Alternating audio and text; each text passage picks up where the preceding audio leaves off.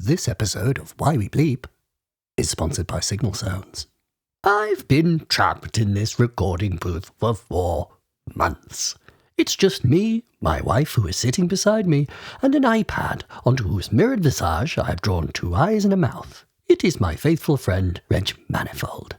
Reg Manifold brings me all the day's news and events, including Instagram, where I've only so far managed to follow Signal Sounds. I've been living vicariously through their cheeky posts, and also becoming rather au fait with all the comings and goings of that shop in Glasgow.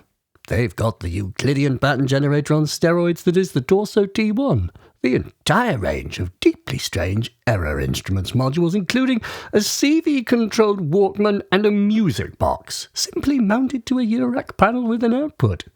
Special edition wrong vector space modules are in, and they've got the 512 vector sequencer in Knight Rider Black.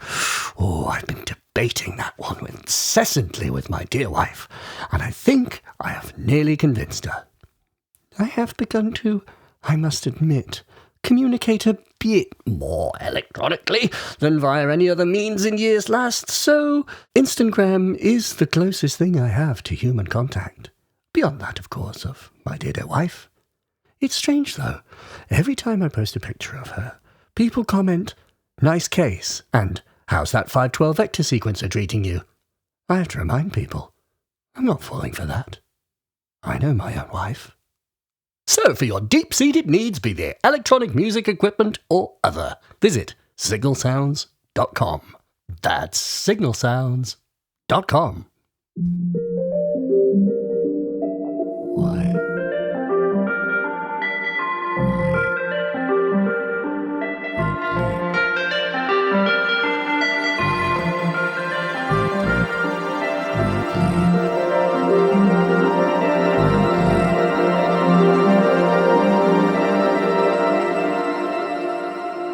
Hello, and welcome to Why We Bleep.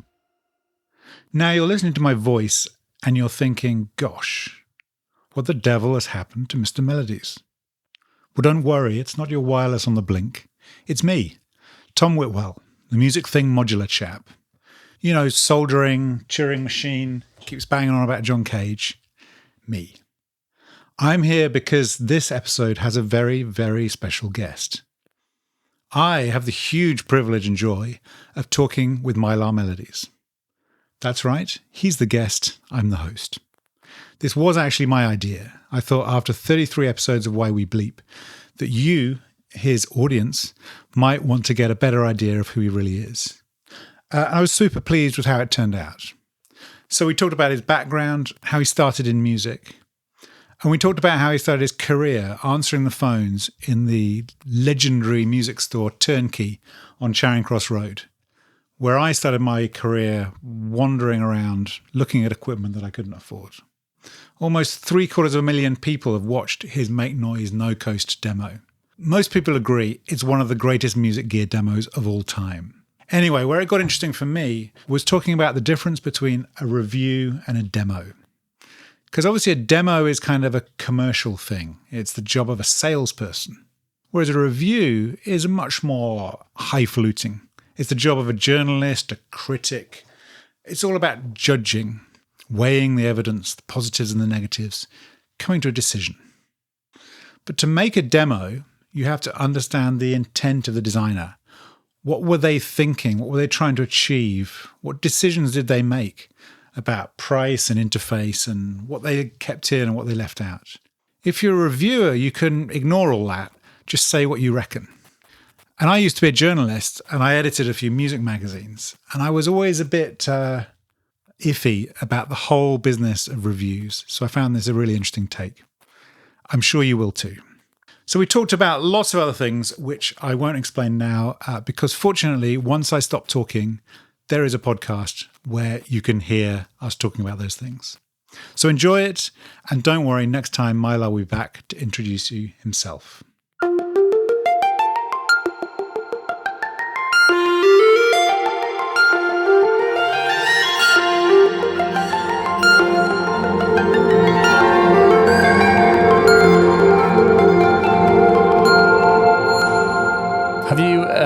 looks like you've been doing some soldering. Yeah, I'm always doing something. This sounds promising. Making these things. What the devil is that? So that's a program card for the music easel. Yes. All right, Mr. Billy Big Bucks with your Billy Bookler Big Bucks with your big easel. Exactly. And I suppose because you spent all your money on your easel, you now have to DIY any accessories that you wish to have for it. Talk me through what it feels like to be in the upper echelons of musician and own. I mean, it makes me a very successful musician now. I'm very professional. I come in here and I write songs and I collaborate with other artists. Yeah. And I put out a lot of music. I hear you're playing at Cafe Otto next week. You have residency. All the time, yeah. Absolutely amazing. Yeah, as a professional musician, I'm very much enjoying being a professional musician. So good. And songwriting, that's the main thing. Yeah, pop hits. Just fly out of that thing, don't they? Just like, yeah, exactly. Yeah. 5-note pop hits. Have you done any music with it? I've played it a lot. Well, it is a performance instrument, isn't it? Yeah, I mean, it is a fun thing to play and to have, definitely.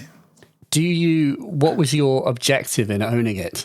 Well, obviously it's a big DIY project. You built it? I bought it 95% built. For some reason, I just thought it was one of the new ones that you buy. No, it's an old one. Or it's a proper kind of clone one. I bought it from Logan Erickson. Yeah, and it was kind of 95% complete. And he was like, "I'm never going to get around to finishing this." Do the 5%. And I sort of got a lot of it working. I then got really stuck with it and was just really sad. I then gave it to Finley, who got it 99% working. But it still wasn't working, and it turned out the power supply in it was wonky. And so once I got a power supply that worked, it worked properly, and it was very pleasing. So that was obviously a fun journey. Yeah, well, fun is. But it was because they are really they're so intense to kind of try and work on inside, and all the schematics you have are literally hand drawn 1970s schematics.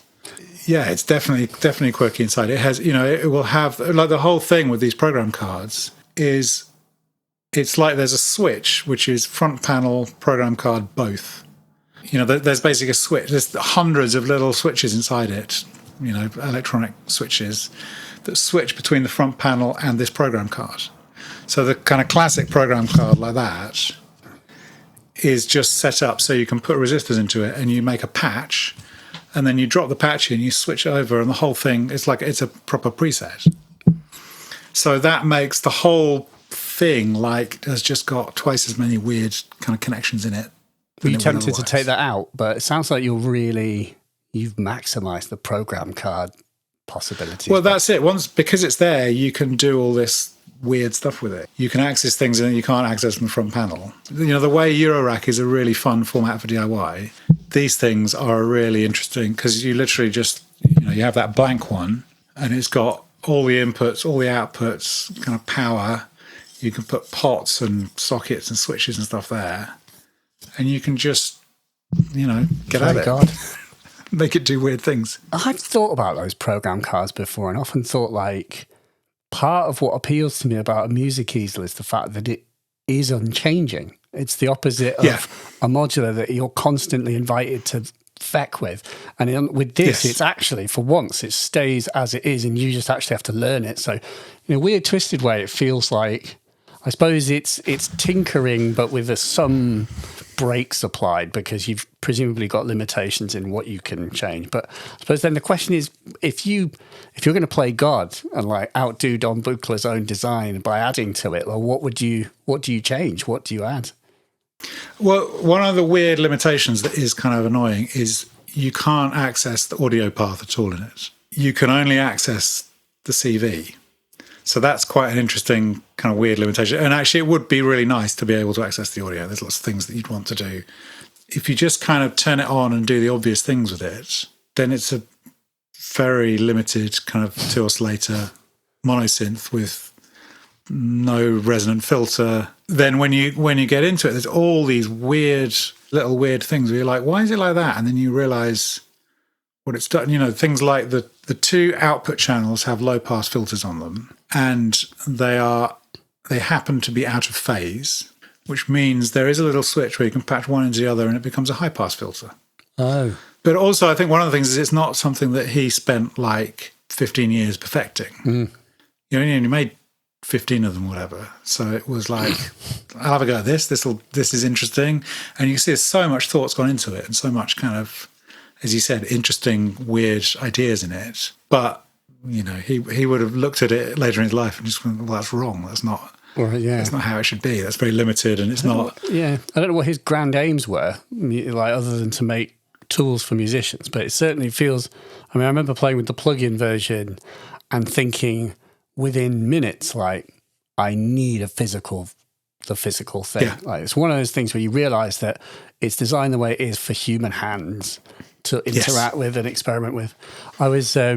I've been reading or listening and watching interviews with this guy, David Van Koevering, not anything to do with the city in America, in Canada, but the Vaco founder and Mini Moog super salesman who basically helped promote initially. Like David Van Koevering was the guy or a guy who went on the road and did shows and and basically butted up musicians with this new instrument, the Mini Moog, to try and literally stuff them in his car, got on the road. Yeah.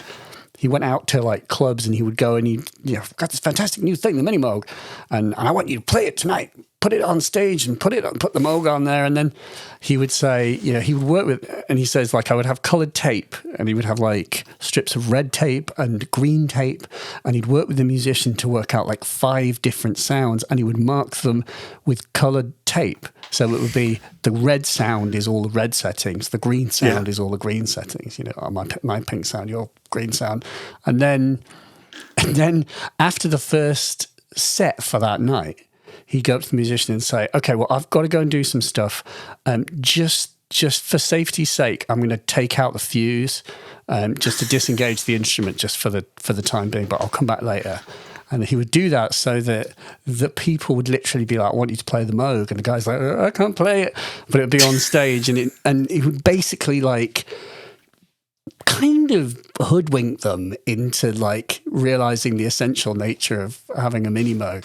And I say this is all very sort of roundabout way. I mean, he sold a lot and he was hugely instrumental in popularizing them. But he's also an amazing, but he talks a lot about music technology. And there's a thing he says where he's like, he dings the ARP 2600. Yeah. For having sliders, because he's like, sliders have poor resolution. Yeah, it may have been Bob Moog who said this, that the resolution that you have with your hand turning a knob is far greater than with a slider. It's totally true. Moving your whole arm. Totally agree with him. The thing you can do, though, with sliders, as you say with the ARP, is you can kind of do that, and you can do multiple things at once, which you can't really do. Like twist, flip, yeah.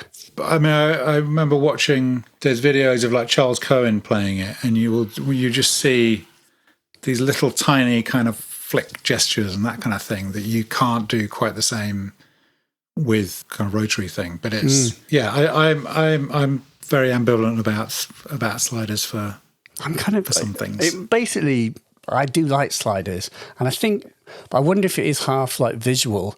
The fact that you can literally, I mean, it's Hujima Flip in that amazing like art documentary. Edgar Winter is like, I can, well, maybe someone else says, like, I can look across the room from the other side of the room. I can see what that ARP 2600 is doing, which you can't limit. So, on stage, it's visual. You can see where the settings are. But it is true about the resolution. It was, suddenly, as soon as I heard that comment, I was like, oh yeah, on the new Roland Jupiter X, note that the sliders have been preserved except for the cutoff knob. They've made the cutoff knob a knob.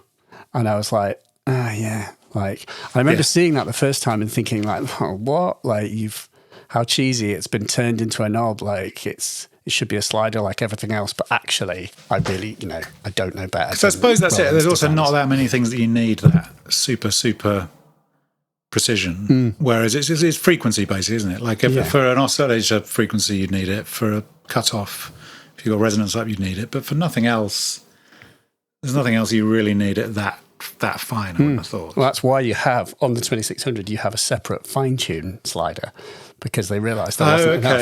It's not like a vernier dial on Synthi, which is like the ultimate in resolution, but there's two sliders, because it's true, there isn't enough resolution in a slider. Actually, on the easel, they have pots above the frequency, so you have a slider for coarse and a little pot at the top for fine-tune. Oh, that Donny thought of everything. Most things. So yeah, what what are we doing here? Are you asking? Do you want to ask, I should start by welcoming you to my show. Thank you. For the first time, because you've never been on it before. I've never been on this show before. So I think if I welcome you to the show, thank you, and then I am interested in the origin story, and then no doubt we will drift into talking about something else. Does that seem reasonable? Yeah, why not? Okay, so how am I going to... It's not easy, this whole question. I know it's not easy. Well, this is why it's taken me trying to make it sound supernatural. It's like, it's hard. I've found it's difficult. Well, what you'll do is re-record that bit afterwards, obviously. I will. I'll redub it. I am very pleased today to welcome, for the first time on Why We Bleep, somebody who's never been on it before as a guest, who is the man with 1,000 hand gestures, the man with the upside down head. It is Mr. Mylar Melodies. Hi, thanks so much for having me, Tom. It's really nice to be here. And whereabouts are you in the world? I'm in Leeds, which isn't London, where I used to live, and isn't North Yorkshire, where I was born. I've done a massive V in my life that's from North Yorkshire, the middle of nowhere, where I grew up, to London, because you basically, I know tired of London, tired of life, and I think it's that whole thing of you going to a city like that just to be the opposite of where you've been. Well, I went to university in Middlesbrough as well, so I've kind of experienced village life and minor town life, and was like, I really, really, really need to connect with something culturally, and I'm not going to achieve that in Yorkshire, or at least in North Yorkshire where I was, but which is weird, because I think I was, and we do all, remotely, you can connect with culture, I suppose, in a sense. And for me, electronic music had grown through my brothers, playing me electronic music to try and inspire me. And so I'm a product of brothers, in that sense, of having older brothers who inspire you, or try to, and succeed to some degree. Maybe not what they expected, but did succeed. And then also being in a place where nothing happens, and where I couldn't drive, and there were no friends in my immediate environs that I could, not really, that I could walk to. I would have to drive to see my friends. So I was I'm trapped in this house and we had a big house that was really great, and it had a lot of space.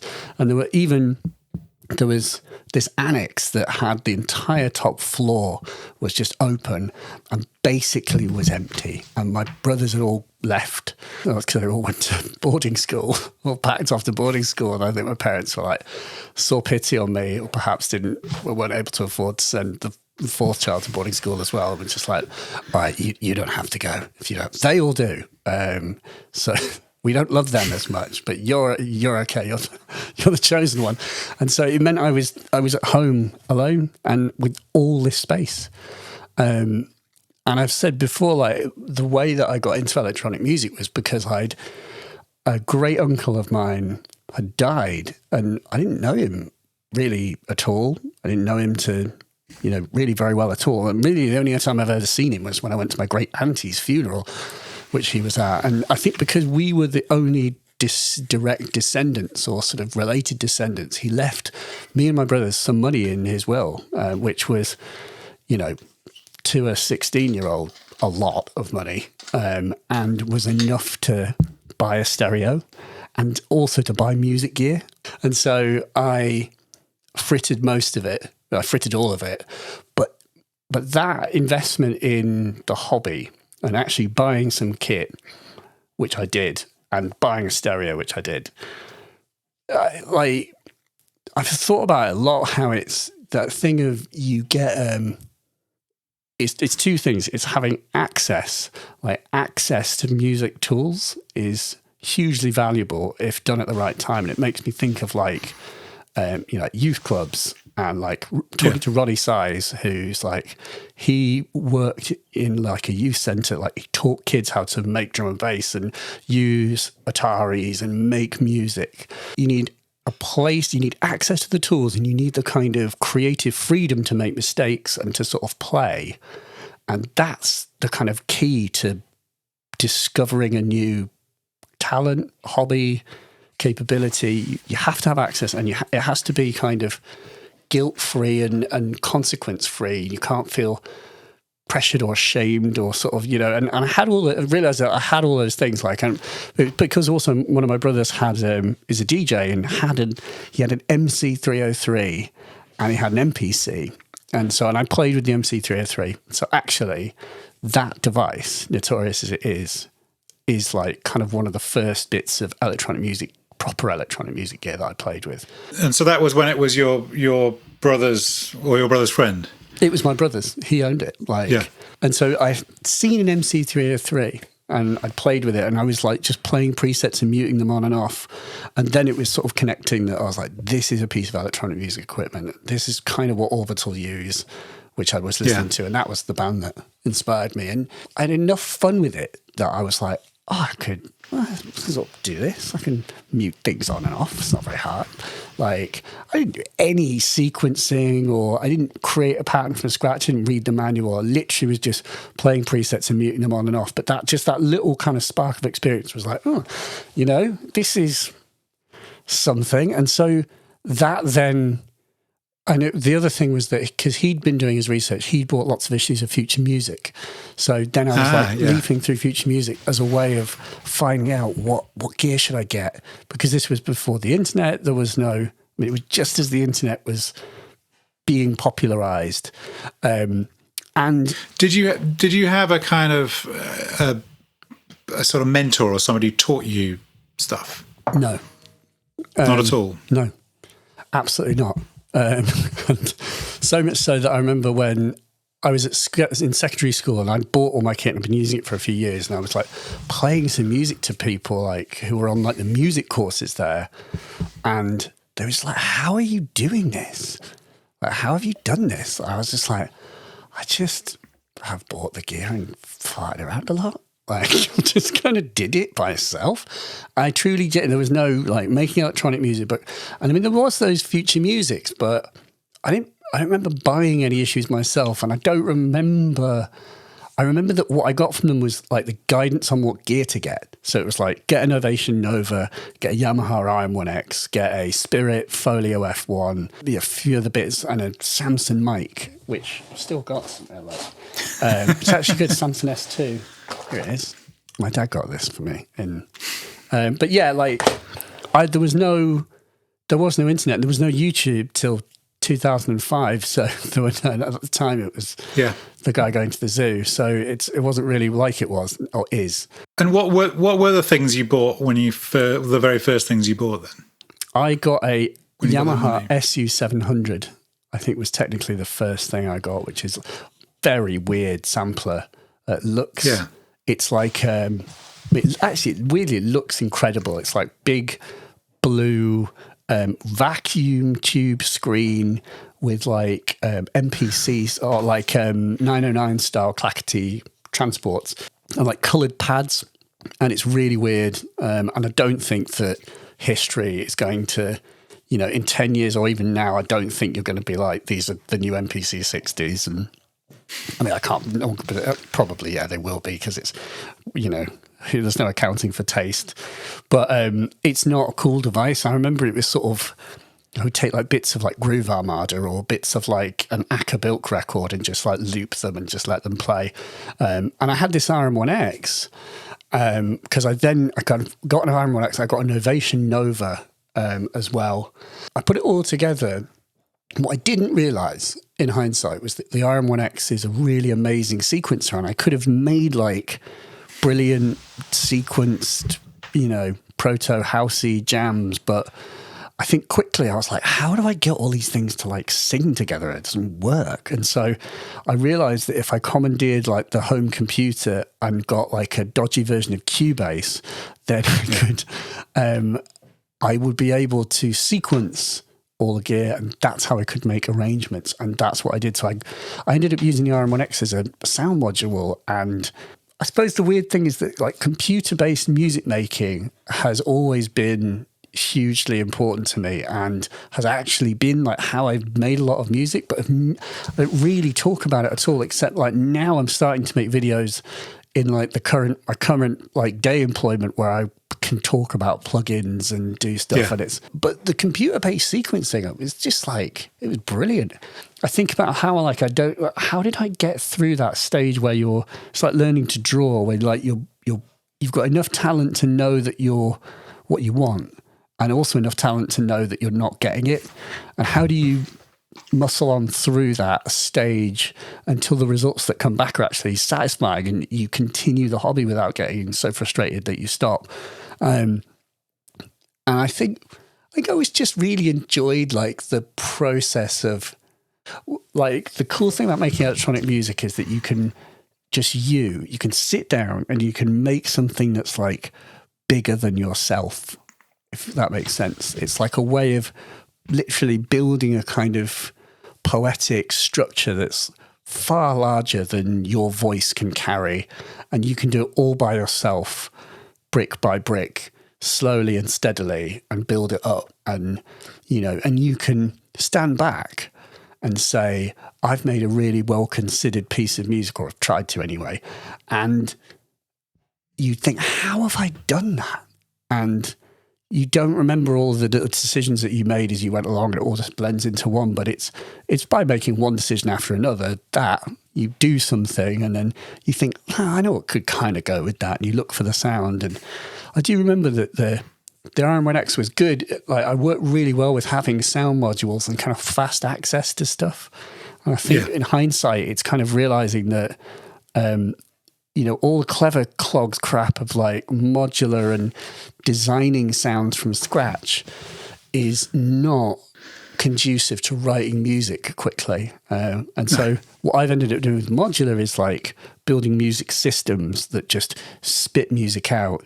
But I think the whole thing of like, if you were trying to use modular as a way of doing sound design as part of songwriting, I think you have to have the concentration of Aphex Twin. I'm sort of only now like realizing weirdly that what was so good about the way that I made music in 2001 was just because I was not really doing a lot of sound design. I didn't know how synths worked. The Novation Nova was like astronomically complicated to me. I didn't understand how it worked. I just used some presets, and I actually bought one again recently, and it is a really cool synth, but even now it's hard to use. Even knowing what I know and having less a lot of bought and sold a lot since then. I guess what I'm saying is like, I'm sort of weirdly coming full circle, or at least I don't know what I'm trying to say. I've never stopped making music on a computer, and I've just bought my like yearly, well, I've got a number of like acquisitions, but I think that I actually bought with my own money is I bought a Mac M1 Mac Mini, and that's just like, it's great. Like, it's really good. Like, it's a really, really good computer. And for making music with plugins where you just want to throw, quick, add that, it's really good because you never have to stop. So that I did like a novelty thing where I ran every single Arturia plugin in V Collection 8 at once. making sound. Like I made a track that had 28 parts going at once, which sounded like a complete wall of sound mess. But it was like 43% CPU at that point. Because did the fan come on? No, it did not. It is absurd how the fan doesn't come on. The irony is, I was thinking about this, thinking about how my school had no music technology at all. I didn't study music at school. Like I didn't have a mentor. I really did just do it. And I was my mentors were like the idea of Orbital. It was basically thinking about, and actually still now I think drives me on some level, is thinking about my heroes in like a little dingy bedroom with a setup that isn't as good as the one that I've got, and making much better music with it. It's sort of that kind of thing. But what was amusing to me is the fact that the computers at school were Acorns, which are ARM computers. And I was like, isn't that, there's some kind of delicious irony that I've ended up with, and what is effectively, the Acorn has become the best computer in the world. It's a BBC Micro +++. Of course. It can run Elite at like really good graphics settings.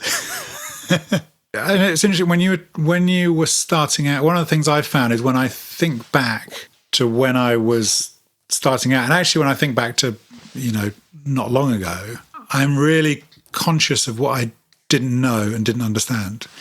So for me, when I was at school, I was in bands, but I bought a MS-10 from the secondhand shop for like 75 quid. Oh my God. And I remember now just not, I could make it sort of do things a bit, but I couldn't consciously, rationally at all understand what it was doing at all. Yeah. And then I had a guitar teacher who was that kind of mentor figure, and a mate of his would say, can you look after this Juno 60 and this TR-606 for me? And he'd be like, Tom, you look after those for a bit. So we would have something like that for like a summer. But again, I will think back to that, and my kind of understanding of that was so, it just wasn't, I didn't get it or have any way of learning it. I didn't have a real goal, I think, with it. This would have been kind of mid-80s. The electronic music thing that came a bit later it felt like it was quite clear how it made and how it worked. Like, you listened to an acid house record and you could kind of work out what was going on a bit. Yeah, that's true. You could kind of imagine that it was something that you were pasting these bits together and it would make sense.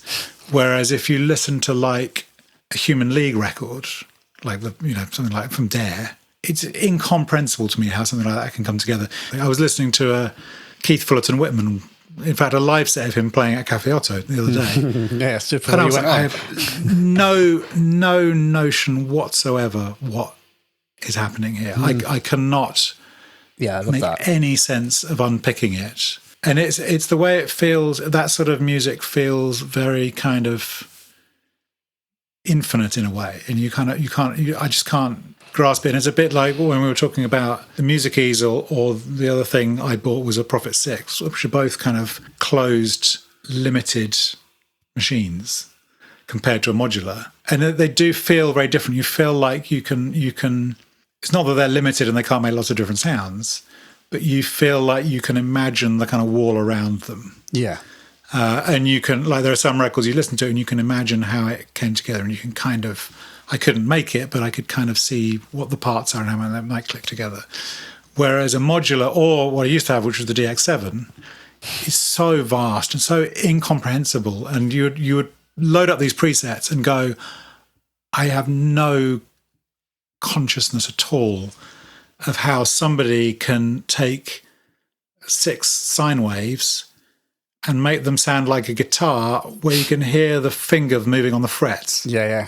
How is that a thing? You can have it, so you press it and it says 1, 2, 3, and it's made from a bunch of sine waves and envelope generators. And I could, just couldn't. Again, you fiddle with it, and almost everything sounds like white noise almost until you reach those points. Whereas with something like a Prophet 6, anything you do with it sounds pretty nice. I think that difference between the things that you can conceive and you can understand, and things that are just totally impenetrable, I think, for me. I suppose it leads to the question of like, what is valuable in music equipment? And I mean, well, with regard to what you said, I mean, actually, you just immediately made me think of like listening to like Drux in 2001 in my dad's car. Like, I remember I bought that in Ripon at a record shop that is long since gone. I think he's a butcher's now. And probably a better business, maybe the same guy. And I remember listening to that and going, because I think I thought the same thing that you did, where it's like, where with listening to Orbital, you can understand, you can hear the parts, you can sort of hear them, you can hear them come in, you can hear them go away, so you can hear what's separate and what's not. And when you listen to Aphex Twin's music, particularly that album, like the fast, what I now know is tracker music. I'm like, it is truly incomprehensible how it is made. And I've like, that has, I think, remained like, and still remains like the music that is the most captivating, because once you learn how electronic music's done, it's like knowing how the magic trick is done to a certain extent. That doesn't reduce the value. It's like when you say like dissecting like Blue Monday doesn't. The key is I can have a go at making a very good approximation of every single sound in Blue Monday. Yeah. And I can, with enough time, I can work out all the parts. I can build the track again. But I will never be able to rebuild any of the tracks that are in Drux. But I suppose I wonder if, as well, that is when you get into systems. I wonder if he could rebuild any of those songs, any of those Possibly tracks. Not, because that's a good question. I think that's where I found with modular it's so interesting in that you can, and particularly with feedback, once you're doing things with feedback, you're completely not controlling it. And feedback is so, even in something like a tracker where you're, sending one set of commands to it and then sending another set of commands to it, and they're both acting on at the same time, it's completely out of your control what that is actually doing. The thing is, I don't think he was doing, I think all that music is carefully programmed. None of it's algorithmic, like not a bit of it. It's all, but I think you could also make a case that perhaps in a sense it's algorithmic because he is clearly so fluid and proficient with it that he can write as fast as he can think. And I suppose in that sense you get into a situation where it's like when you've written a piece of music and you stand back and you can't remember, like, how did this even come into being? It's you've become so fluid with something that it's like it just magically appears. And I guess the value, I suppose, of the tracker is the speed and fluidity. When you're fast enough with it, we're all chasing that like brain to techno interface, the thing that can just go from one to the other as fast as possible. And it's definitely what I saw the sneak peek of one of your questions, which was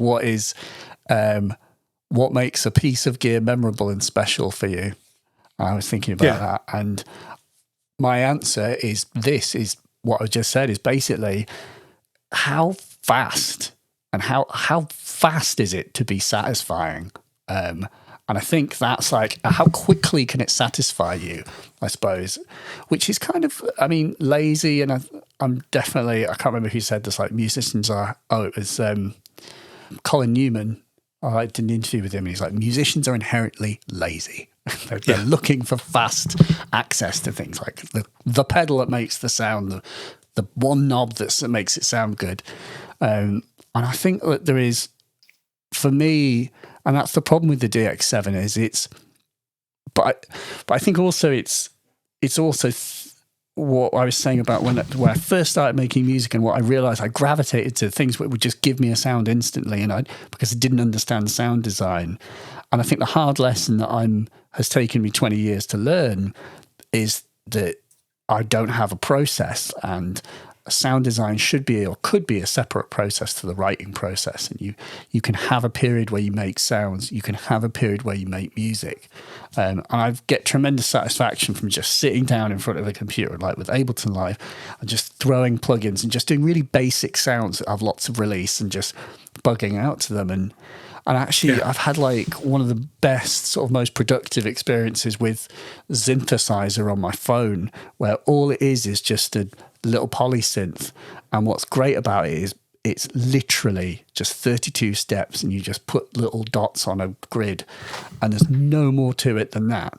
And so, and because you're just listening to a loop ad infinitum, you are forced to crystallize that loop into absolutely the best and most endlessly listenable form of itself, because you're hearing it over and over and over and over and over and over. And if you not to go mad, you need to make it the best loop you've ever heard, and you slowly iterate until it's at a point where like, that's just great, and I can just sit for like before we were here, I moved back in with my parents like the cool kid I am, and I would go for a walk up the lane and listen to those riffs, you know, just playing and playing and playing, because that's so I don't know, I suppose it's just those are hard lessons, but you're absolutely right that the point is there's tools for different things, but I suppose that at the end of the day the key thing is like I'm still amazed by so much music that people write. Another artist like that is Lorne.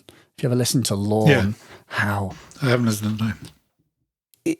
It's one of the hallmarks of an amazing music is often where it's like, I don't recognize any of the instruments or sounds. Yeah. I've literally, there's not one 707 kick in this whole thing, you know. It's just nothing. It's all completely drawn from a different palette. And I've like got grand designs to the left of me, I've got like this little like mini tower of the grandmother, the ARP 2600, and like a tiny bit of modular. And it's sort of what I wanted to do was basically do like, I bought a Yamaha TX16W, which should belie the Aphex Twin nerdery in my complete bellendery that I've bought the sampler that he's used because he says it's good. But mainly because I did want like a nice sizzly sampler, but I just can't be arsed with an Akai S series. Having tried one, I'm like, it is literally like having your teeth pulled out. And so the TX16W seems like it's like the best. It's the sizzle with a modern, well, it's not a modern interface. It's like a vintage interface, but it's like a modern reinterpretation without going massively into it. But basically, there was a new firmware for that sampler that was created by a team of people who were not related to a Yamaha and were just so effed off that it was a really good sampler that was hampered by a diabolical interface that they completely rebuilt it from scratch and sold it. And now they give it away. And actually, there's a plug-in version you can get which runs the actual code and from Sonic Charge. But I wanted to try like making drum kits with this little rig and, you know, just use the sampler and force myself to stop using the like same sounds and same systems and kind of force myself out of old habits. And it's, I've not done any of this because I'm too busy, but I'm kind of building towards, I'm trying to sort of, all this gear and all of these things are just like hacks basically to try and hack an effective way of making music, whatever that may be. And to have different ones to occupy different types of headspace when you're, you know, I'm thinking about like what Vancouvering said, where he was like, there's this NAMM interview where it's like, have you ever seen those like NAMM oral histories? They're like, oh yeah. There's some really, they're amazing because they're all just like people from the industry, the music technology industry and music industry. And there's one with Vancouvering who's long since deceased, and he talks about, I wrote down the quote because he's talking about technology, and he helped make the Orchestron, popularize the Mini Moog, and he also into like 2000, like right when I was getting to making music, they made this, him and Bob Moog made an interactive piano that had a flat screen computer built in with like music lessons and different sounds. And so the whole idea is it was like a piano you can sit in front of it. Instead of sheet music, it was like a computer with the internet, and it would teach you to play the piano, and you could call up different sounds. You could play along, and it was gamified, and it was all touchscreen. I was like, this is actually like a good idea. Like this is objectively a good idea, and clearly like quite well done. But I imagine it was quite expensive, and a lot of people was like, well, I don't know if my kid's going to get into the piano, so I'm not going to buy one of those. But yeah, he talks about like he had an out-of-body experience when he was having a heart operation, and he had the thing of like, as he died, his like vision opened up into a tunnel, and he said he heard chords that he'd never heard. Like his orchestron made chords, but I heard chords that I'd never heard before. And then he's talking about Royale, Royale's the name of the instrument. There's this musician who, I forget his name, is Victor Wooten's brother. And he's like a kind of futurist and jazz musician, I think, 'cause I've never heard of him before. But he's got this device which is like he's building his own musical devices, basically, that can play different chord structures and intervals and stuff. And he says, and when I saw Royale's device, or the Royale, he's calling it, and I heard the chords. I heard the chords that I heard in my out-of-body experience from this cosmos. And he says, like, some of us have been committed to take technology and give our children, our grandchildren, a bigger lump of clay, like, and let them shape it and express what they feel. And he's like, what would they feel when they can express the frequencies of the cosmos? And as he said this, he like cracks, he's like starting to like tear up. It's like amazing. He's like, the function of technology is to give future generations a bigger ball of clay with which to shape their ideas and express. For like, technology can help future generations express things more effectively, or like express new things that previous limitations for technology meant they couldn't express themselves. You know what I mean? It's that idea that, and it's fascinating. I'm like a real, like, what a great celebration of technology that it let you express some new emotional, express the inexpressible.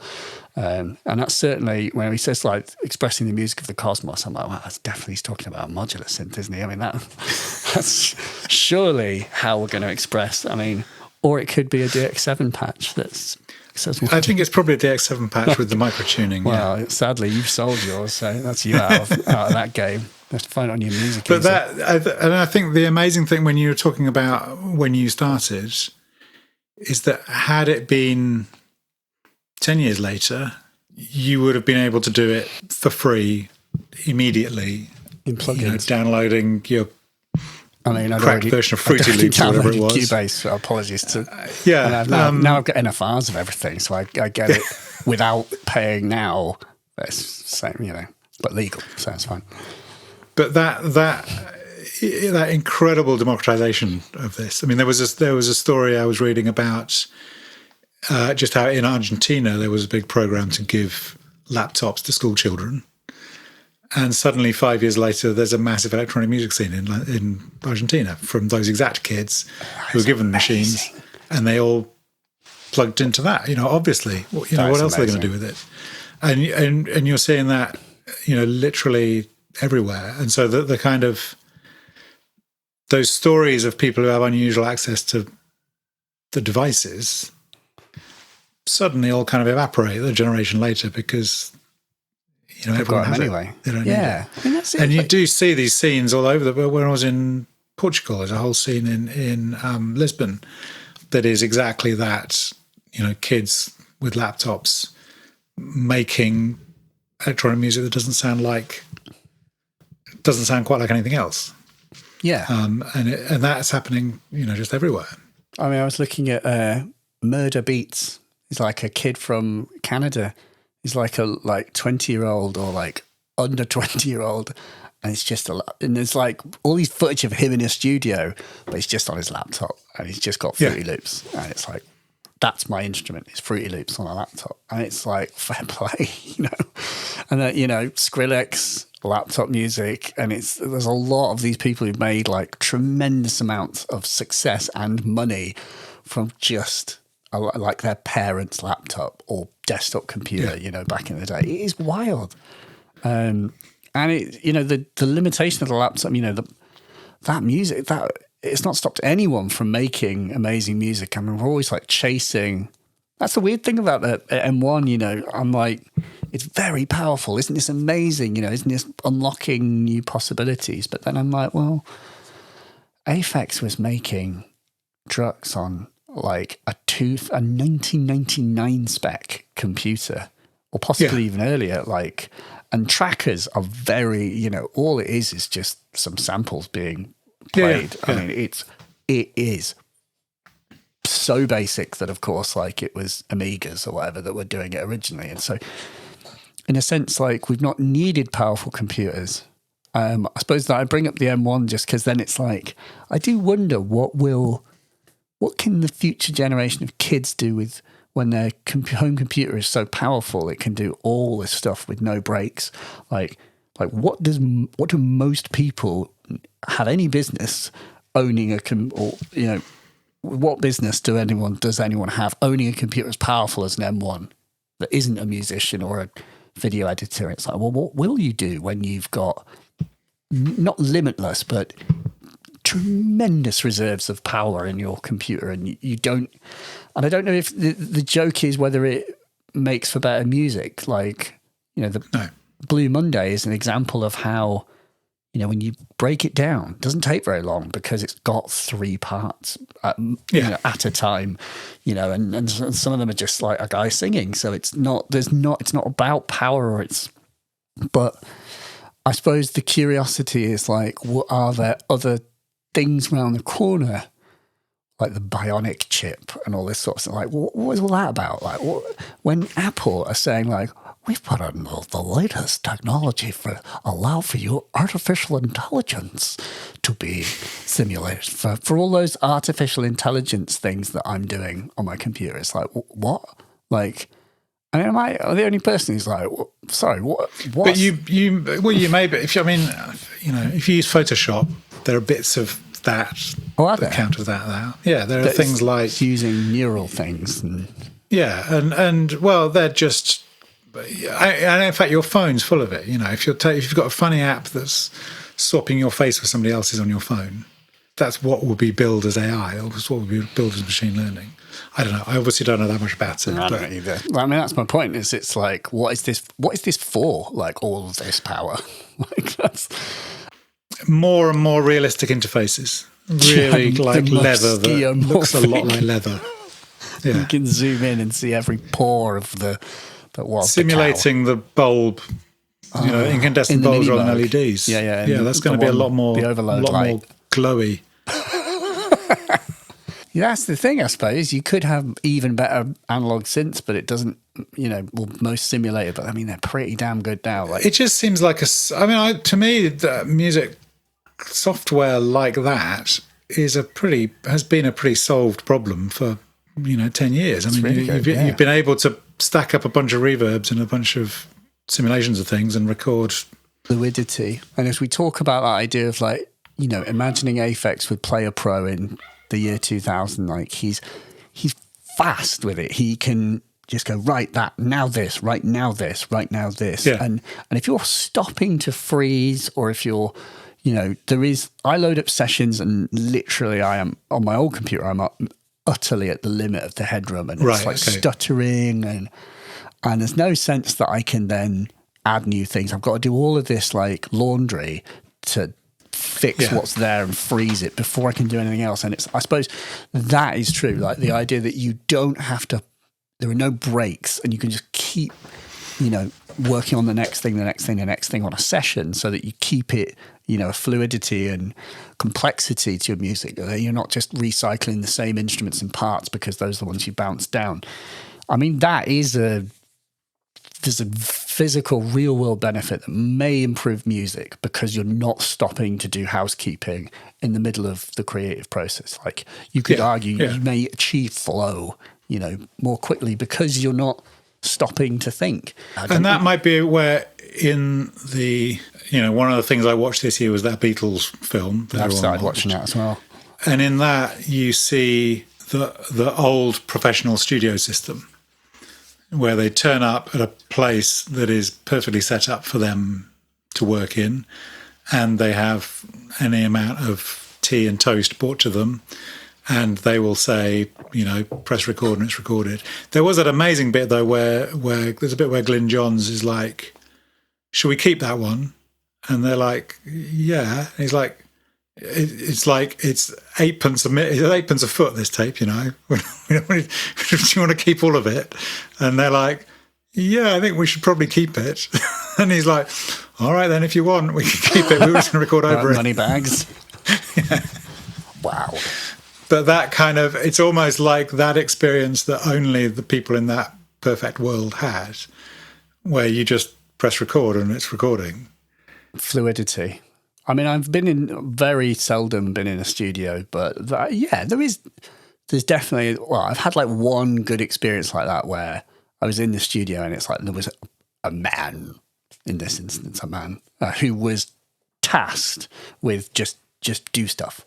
Can we have that into that into that? Yeah, okay, cool, it does it. And it does help, it's true, but I suppose like if you're the master of your own domain and that could be your laptop, then it's just as fast for you to throw things down. But there's certainly something to be said for the communal experience of being in a room together and that is designed around that purpose. Definitely. The sound but I think it's also the intent. It's like when you go to a studio, there's that you're going. I mean, the Beatles were going because we've got to write a new album and perform it. And the main thing is intent. I mean, I think of that like when I went to university and did a degree that was basically like graphics, which I liked. I like that's like it was like how to do like animation and visual graphics and stuff. And that's kind of what I was thinking I was going to have as a career, and somehow I seem to definitely not have done that because I've definitely got a career in a different industry now. But the best thing about university was having time, that it just gave me time and a bit of focus and purpose to do a thing, whereas otherwise, I think that's the only, I don't know, there's like, I was thinking about, there's Sean Ruderman, the techno guy from Pittsburgh, talks about how he worked his ass off for like all summer to get a synth, literally like busted, like flipped every hamburger going, did all like these things to get the machine, and it was so expensive, but he did it and he got it. And he's like, and you can bet your ass I rinsed that machine for every last like drop of creativity that I could squeeze because I spent so much money on it. And I suppose that's the only concern, is that in the age of cheap gear and, where there's no like it sounds very elitist, but I think there's a degree of truth that when you're heavily invested in something, you do work harder on it, and there's more impetus to like get something from it. Having the commitment to learn something, which I think is partly about the thing itself. So if you start trying to use something and it doesn't repay you, doesn't fit with the way you work, so you're really just pushing against it, then that makes it much harder to do that. And that's one of the interesting things about DIY, is I do think people have a little bit more commitment to something they've made themselves. They may also get hooked on making something themselves and they just make more and more and more, which is definitely part of it as well. But I think, like for me, with that easel that I've had to spend a lot of time and effort making it work properly, I'm very kind of emotionally connected to that, and I want to make sure that as you said, I know it and I understand it and I learn it. And it's partly because I physically have had to read the schematic to work out how to make it work, so there's bits of it that I can understand.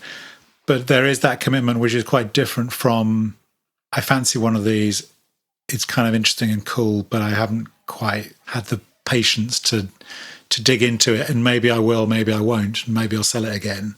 But the reward you get from actually learning something, and it's the same with modules. When I see somebody saying, "Oh, I don't get maths; it's really complicated and confusing. I don't understand it." For me, I know that module so well. And to me it doesn't seem particularly complicated. I Truly know not. it completely. I know the way I know how to use a pencil sharpener or a calculator or something. You completely know what it's doing, and if you wanted to do something, you can do it. It's very much on both sides. It's for me, it's the side of the person creating the instrument and the device to create something that you can learn. And that's where I think when you have something with like loads of modes you've got to kind of remember, and you just can't do anything with it. And you literally have to learn like you're learning learning vocabulary in school or something, and memorize things. That feels like that's quite a big barrier to somebody that they have to overcome. There are devices that are really complicated and have to be learned that clearly can get you into that flow state. So something like an MPC, you pick up an MPC, you can't just do it. There's a lot to learn. There's a lot of muscle memory to learn to get to do it. But when you see those incredible videos of people just their hand, it's like somebody touch typing. Yeah. As they're cutting the thing up and they're mapping it across the pads and they're changing the levels and doing all this thing. And clearly that's an incredibly successful interface that definitely works.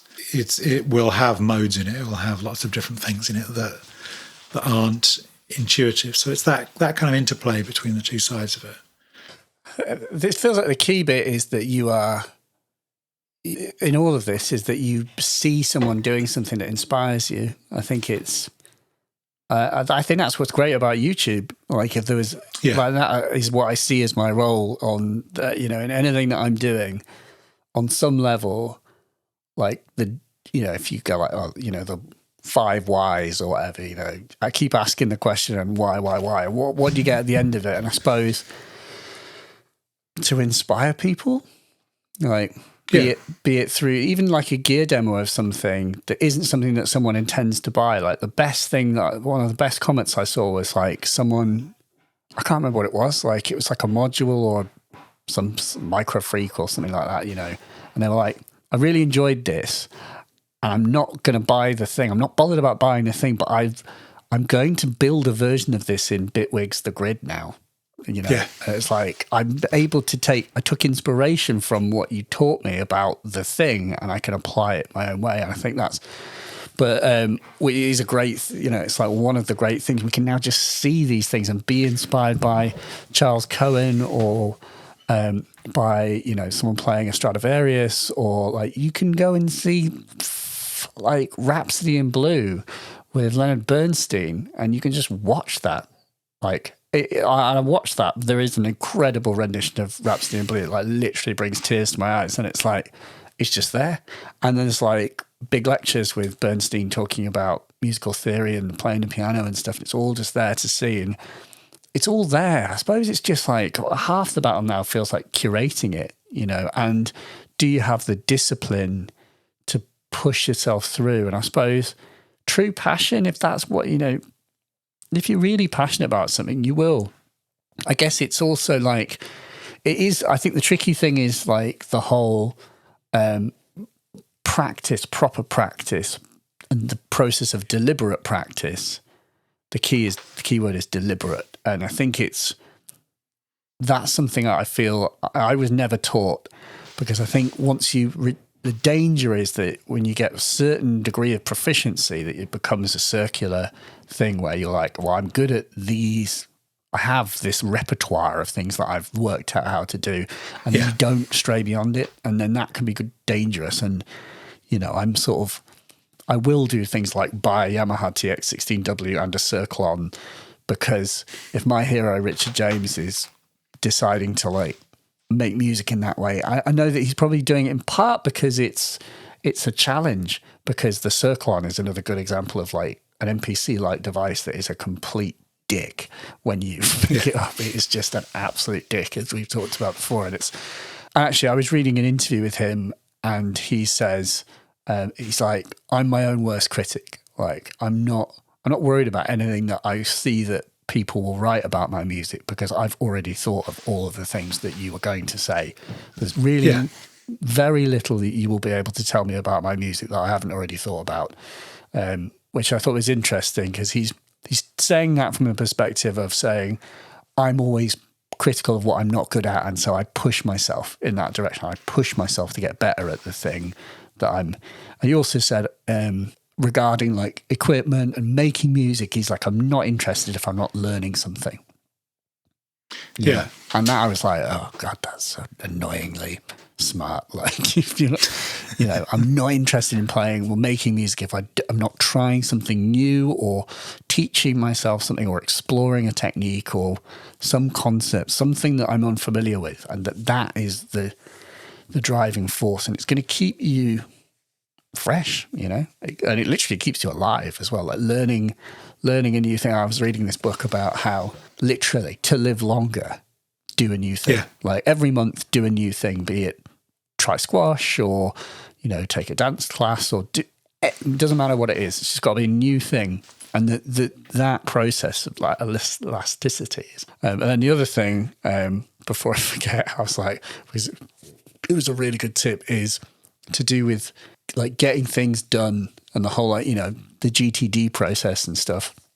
I just thought was very interesting in terms of achieving things. Obviously, everyone's, and a classic achievement issue in electronic music is completing music, for example. Yeah. A really interesting maxim or quote that someone had said was, motivation is it's not how it works. Like, I think you may think that you are motivated and so you complete things, but actually what makes you complete things is momentum. Like the process of having done something gives you this spark of joy that you want to add to a little bit. And that's how you build. It doesn't just, it's like inspiration. Like people who say, oh, I'll wait for inspiration. I wait for inspiration to strike it. It's like, it's bollocks in the extreme. Like the idea of waiting for inspiration it's not how creative things are done, I don't think. I don't think you need to do that at all. I think if you think that, you're just going to waste a lot of time. What you need to do is just sit down and start doing stuff and it will happen. Like if you like doing the thing enough, then it will you will come up with ideas that will spark ideas that then start momentum going. But momentum is the thing that will make you push on through. But you've got to, that initial thing of, I've got to give myself a deadline. I've got to finish something. But if you did that, I mean, I can't talk because I haven't done it, but I'm aware of that feeling that once I've achieved something, it makes you then want to do a bit more. Absolutely, yeah.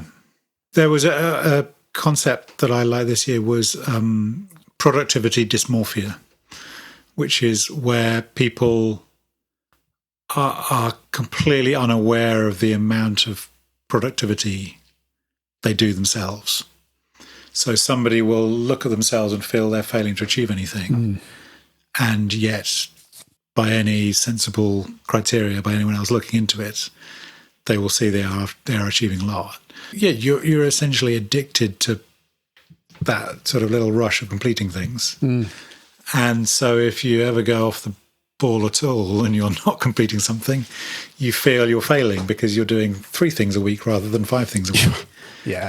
Which is mad. And I had an interesting thing this year as well where there was a point sort of, when was it? It was towards the end of the summer maybe, where I was feeling quite sort of just uninspired. I didn't have like ideas. Like normally I will have a bunch of things I'm specifically working on that need kind of completing, and that's fine. Those are the things I'm doing. But you also want to have a lot of other things floating around that is what you want to do next, and often the things that you're distracted from doing the things you need to do because you've got an exciting thing. And I was just sort of not feeling much of that for whatever reason. And I remember I'd been waiting for about, all over the summer for this book to come out, which is this enormous book about David Tudor, the kind of music instrument maker and piano player and kind of general performer, really, isn't he? Dude. Yeah. Finally, this book arrived, and it's like this thick. It's called Reminded by the Instruments by Yu Nakai. It's a biography of him, but it's one of the things with him is he never really did interviews. He never really expressed himself about what he was up to. And he would make this incredibly kind of obtuse music and never really explained it or said what he was doing. And the author was saying he, had always considered this guy kind of a closed book because you couldn't really see how to get into it. And he was in one of the archives, I think, looking for something else. And he realised that Tudor left behind this enormous archive of not just every book he owned, but like a receipt from somewhere with some numbers scrawled on the back of it. That's in the archive. Everything he ever wrote down, basically, or every record he had, every magazine he bought was in the archive, along with all of his instruments, which were all handmade, weird boxes with like not even inputs and outputs. Quite often the inputs and outputs are the same. You just connect it into things. But he realised that by looking at the archive, he could start to unpick and understand what his motivations were and what he was up to and what he was thinking, what he was trying to achieve. And basically that's what he does. So he writes this enormous book where it will, tell his whole life story in enormous detail, understanding how he was analysing the scores he was playing, all this kind of stuff. And then he gets to when he starts making instruments, and it will have, 5 or 6 pages on this little box that he's made and what he was trying to do with it. And I just started reading this, and immediately, well, not immediately, it's a long book. I've read about a third of it so far, but it immediately just triggers off all of these kind of ideas and these kind of, they'll describe this circuit and you'll be like, I can't understand what this circuit will be, and it will have 6 components in it. So I'll come out to here, and I will literally just kind of make one. Like I'm always really interested in phase and how phase relates to feedback, because obviously it's the difference between big feedback and no feedback, and that was what David Tudor was using it for. So there's a circuit in there for just this really, really primitive, like one knob phase shifter that can shift through phase. So I'll literally bring the book out, make it somewhere in the rack there, and then you play with it and you realise, well, there's a reason why phasers generally are quite a lot more complicated than that, and they've got like 16 poles, and they track exponentially, so they track across the whole range of audio rather than linearly and all this stuff. But that process of reading, making something, playing with it, and then just having this much greater understanding of why something is more complicated. And immediately after that, I was like, okay, now ideas are coming. And I'm kind of, waking up early in the morning and writing something down and thinking, oh, what can I do with this? And then the other thing that does unblock it is when you have those new platforms. So that playing with those music easel cards, it gets you from sort of idea to something is working or not working within 2 or 3 hours, rather than what can take 2 or 3 years, which is actually completing one of the sort of projects and the things I'm designing sometimes. Well, sometimes they're simpler than that. It sounds like you needed a more satisfying task, because, it seems like you've got a lot of projects that just take a long time, and it's only you to work on them. Like, you need to build the momentum, right? Like, you need to have like the sort of small wins. I think also it feels like you're talking a bit about the need for rest. And that's another thing that I've read about. It's like literally rest. Like, you need to stop, and it's definitely wrong to think of rest as a kind of a skive off work or a sort of escape from work. It's actually arguably integral to work, because to work effectively, you need to be well rested, and that's sort of, that literally means from sleep to holidays to time away from the thing. It's because it's also like, it's like there's another level, which is that if you're going to make things that, we're not doing that, well, I'm not certainly, but if you want things that make art that comments on life, well, then you have to have lived a life. You need to do something more than just be in your room. You actually have to go and live your life. But I think it's also, you just need to, it's okay to just take a break and do nothing. I'm a great believer in the kind of two sort of mental states of processing things. So there's sort of 2 systems in Daniel Kahneman's Thinking Fast and Slow, with the idea that you've got your conscious brain that is working all day, that you know about it. But I certainly believe that you're posting things into your unconscious brain to go and ponder. Mm-hmm.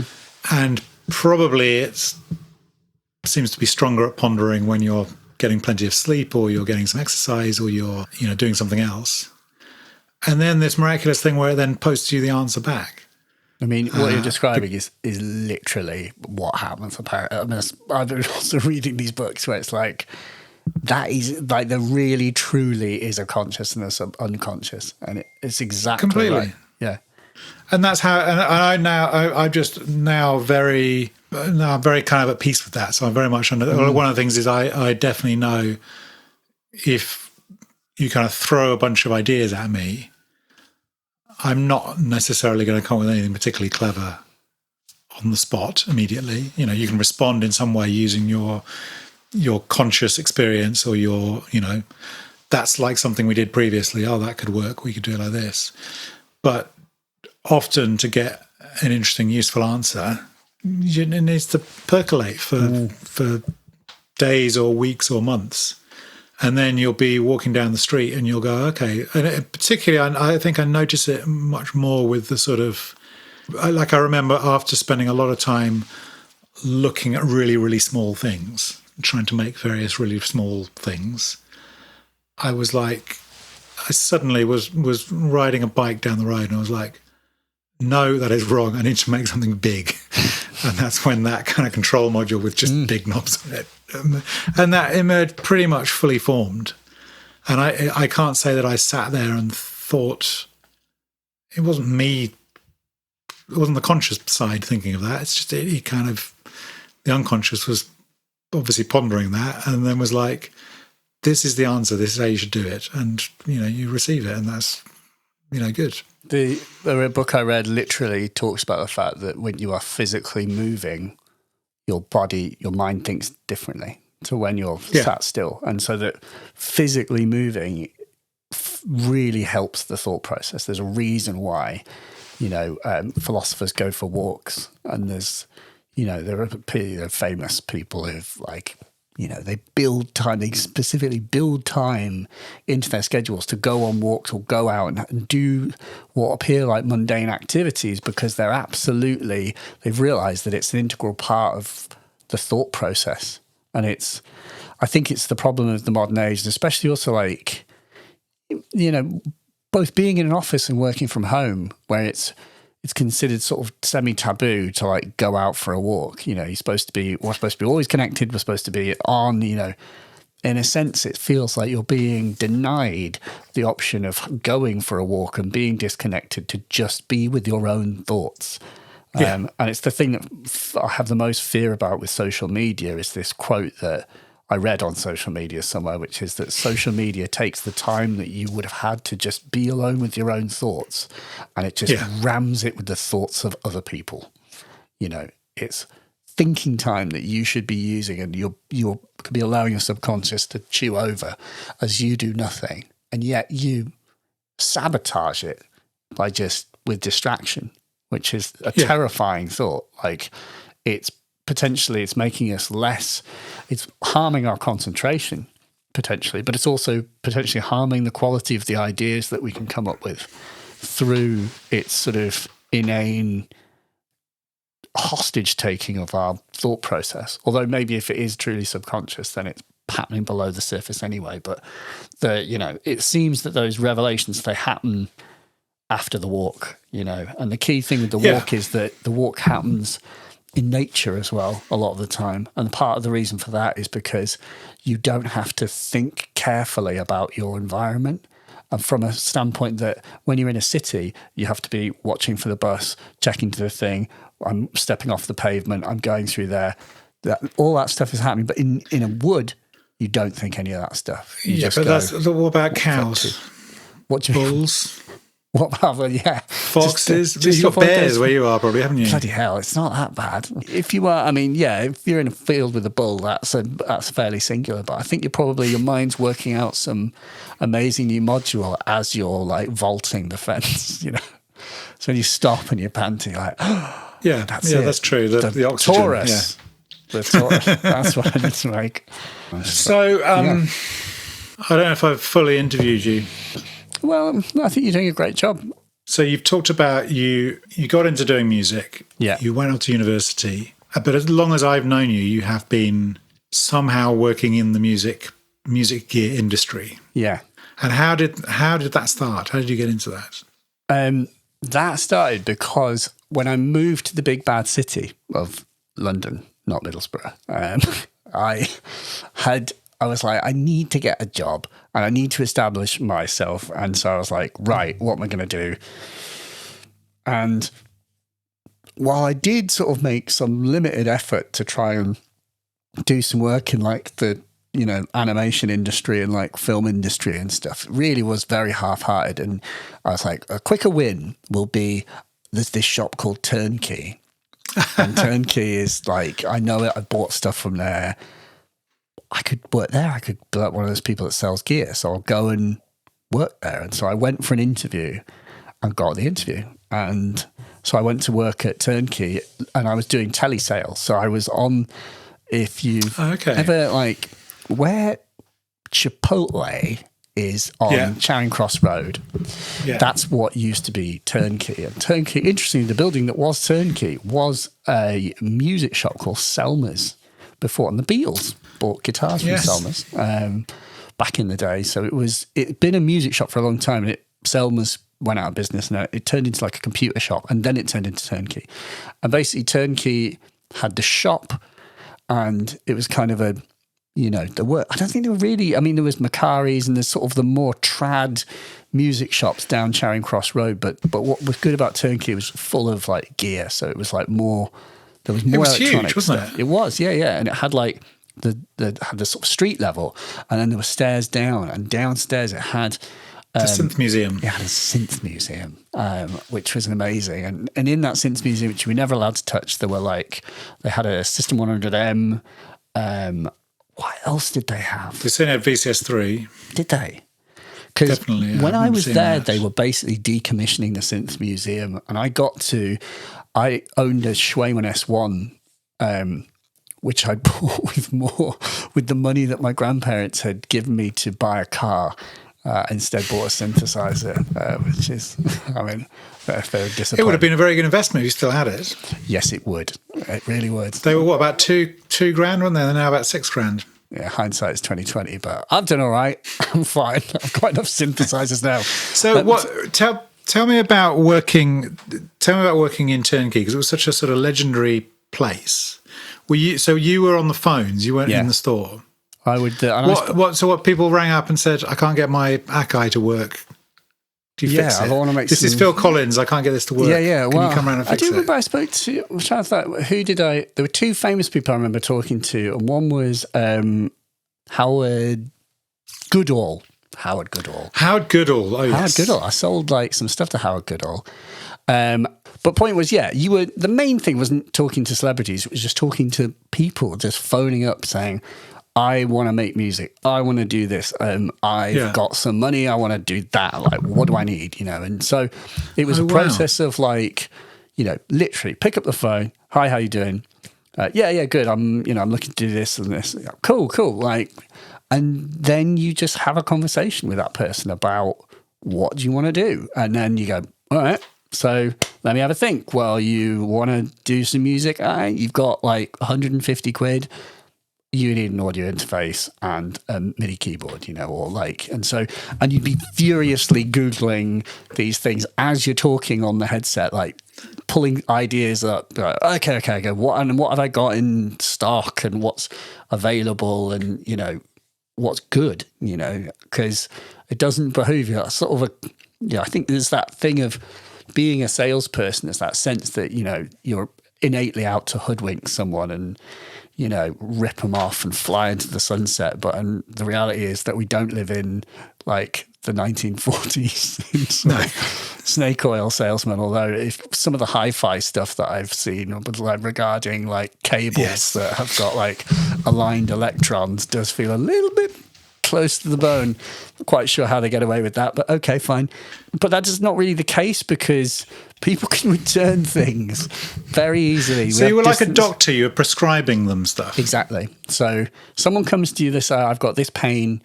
What is the bit of gear that will solve that pain? And And it's the onus is to sell them the thing that they want, because they'll return it if it's not. And did you ever get feedback from them knowing that you'd done a good job on it? You would get people who would come back, and like the best salespeople would have like customers would gravitate to them. It's like, and that's something that you read a lot about when you read about sales. Like there are people who they're consistent. It's like poker. You think poker is a game of chance, but why do the same people finish every, it's like the Rounders quote, like, why do the same people finish like head of the table of the World Series of Poker every year? It's clearly there is a skill element to this. And the best people were consistently the best and would consistently sell the most stuff. And people would come back to them to buy, it's sort of come back to them. Like, they're my person. I like talking to them about gear, and I'm happy. I want to talk to them. So it's a real art and a skill. And actually that David Van Koevering thing, he talks about selling. He's like, I liked selling. I enjoyed it. I did enjoy selling. And I think about that as well. And I feel a sort of kinship with him in the sense of like, I am a salesman. Like, that is my role. When I make a demo of a piece of equipment, I'm selling it in a video form. That is exactly, I am 200% aware that is what's happening. And that's the function of the video, is to make you want the thing. Like, and it does that. Do people misunderstand that and think that you're reviewing it in some way? Yes, they do. And that is problematic. Like, it's something that should be, I've thought about directly addressing, because people need to understand that it's not a review. And there is a difference on a deep-seated and fundamental level between a review and a demo. But what I try and do is literally put the word demo either in the title of the video or in the first line of the thing to be clear. And then the other thing is just put like the paid partnership thing on, to just be like, you need to understand that, like, I mean, paid partnership on YouTube doesn't necessarily mean that you got paid to make a video, but you might have received the gear for free, which counts as a form of payment. And so, I will put that on just to be like, I got this. Either I did get it for free, or in some cases I am getting paid to make a demonstration of the thing, just as any demonstrator would get paid, hopefully, to do a demonstration with it. And, but that's, you're right, people do misconstrue it as how a great review. You don't want to sort of go, can you dictate for me this demonstration? It's terrible. I just didn't mention that bit. But I suppose on one level, what I hope people realise is that there's a couple of things to this. Understand that you will never find a video that has me in it where I am demonstrating a piece of equipment that I don't think is good, or I would use, or I don't actually like. Do you know what I mean? There are things that I don't own, or I may not choose to, but that does not preclude me from making a demo of it and explaining what's good about this way of working. So how does that work? When somebody rings you up and says, we've got the new so-and-so, QWERTY 89, we're going to send this thing over to you. Do you then say, thanks for sending that over, I didn't really like it, have it back? Or how does it work?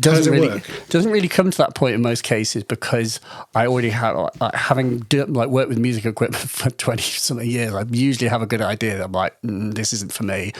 And so the simple answer is, send it over if I'm in any doubt. But you basically don't, the simple answer is I wouldn't be making a video on something that I wasn't interested in or wanted to own in some way or shape or form. So you're interested in it and you're enthused in it, and you're trying to bring across that enthusiasm. And presumably you're trying to understand who this is for as well. Yeah. So it's like, and that's kind of the point with any piece of gear, even if it's something that I wouldn't choose to buy myself or own, part of the fun and interest is to understand what is valuable.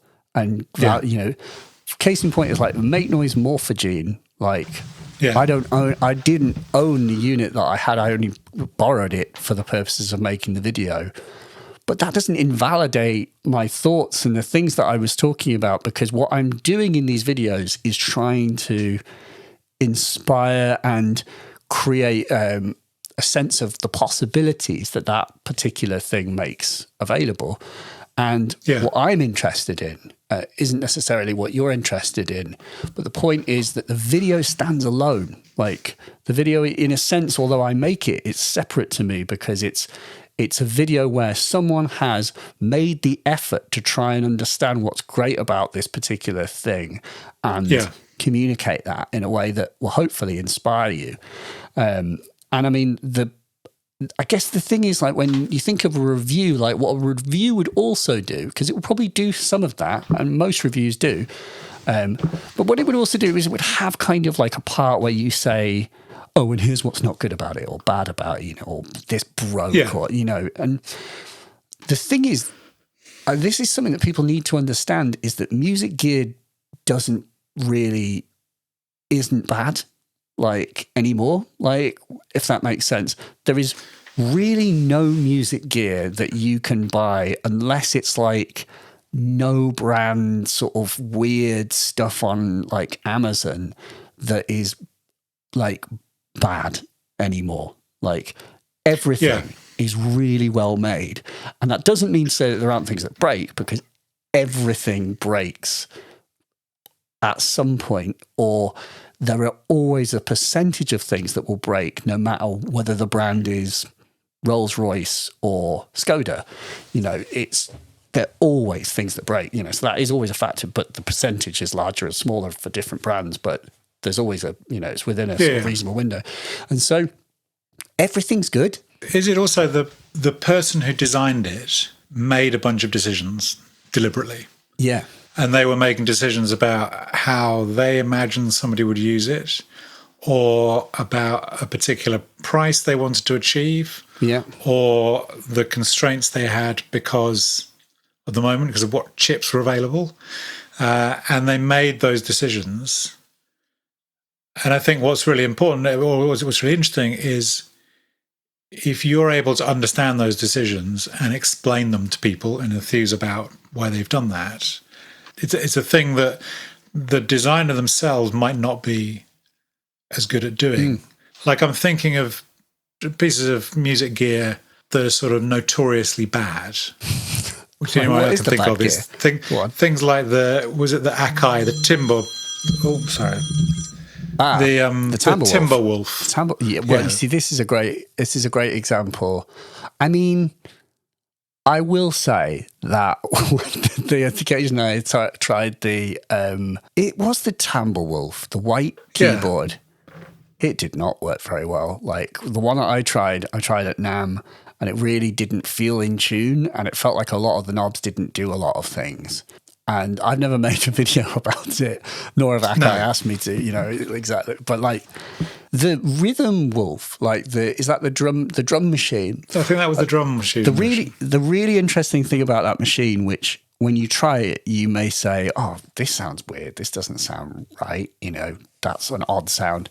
But a friend of mine said, like, I met the guy behind it. He's like, Dan, the guy who appeared in some of the videos, and like, he's the guy behind it. He says he's an industrial guy, and it's an industrial sounding drum machine. And if you listen to like Mitzvah and those bands, then you will hear why it sounds like, because what it isn't is a techno machine. And everyone's thinking like it's 808 or a 909. Those are your only two numbers that it can be. It's not those things, and I suppose. But that's so interesting, isn't it? Because it's the things that. It's also the thing where over time we will, like, that's a weird sounding drum machine. The DF55, yeah. That's a weird sounding thing. The QI70, yes. These are all weird things that if you were looking at them and saying, "Well, is this the best it can be at the time?" For the price, for whatever they had in mind doing it. Yeah. Sure. It's a great question. Yeah.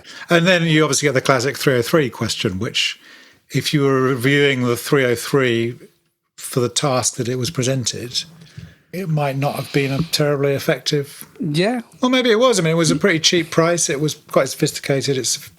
I think you can argue that everyone at Roland, they made conscious decisions about all of the places that all of the settings on a 303 could go. Yeah. And I think in my heart of hearts that they are were well aware of how funky it sounded when it was pushed into those funny settings.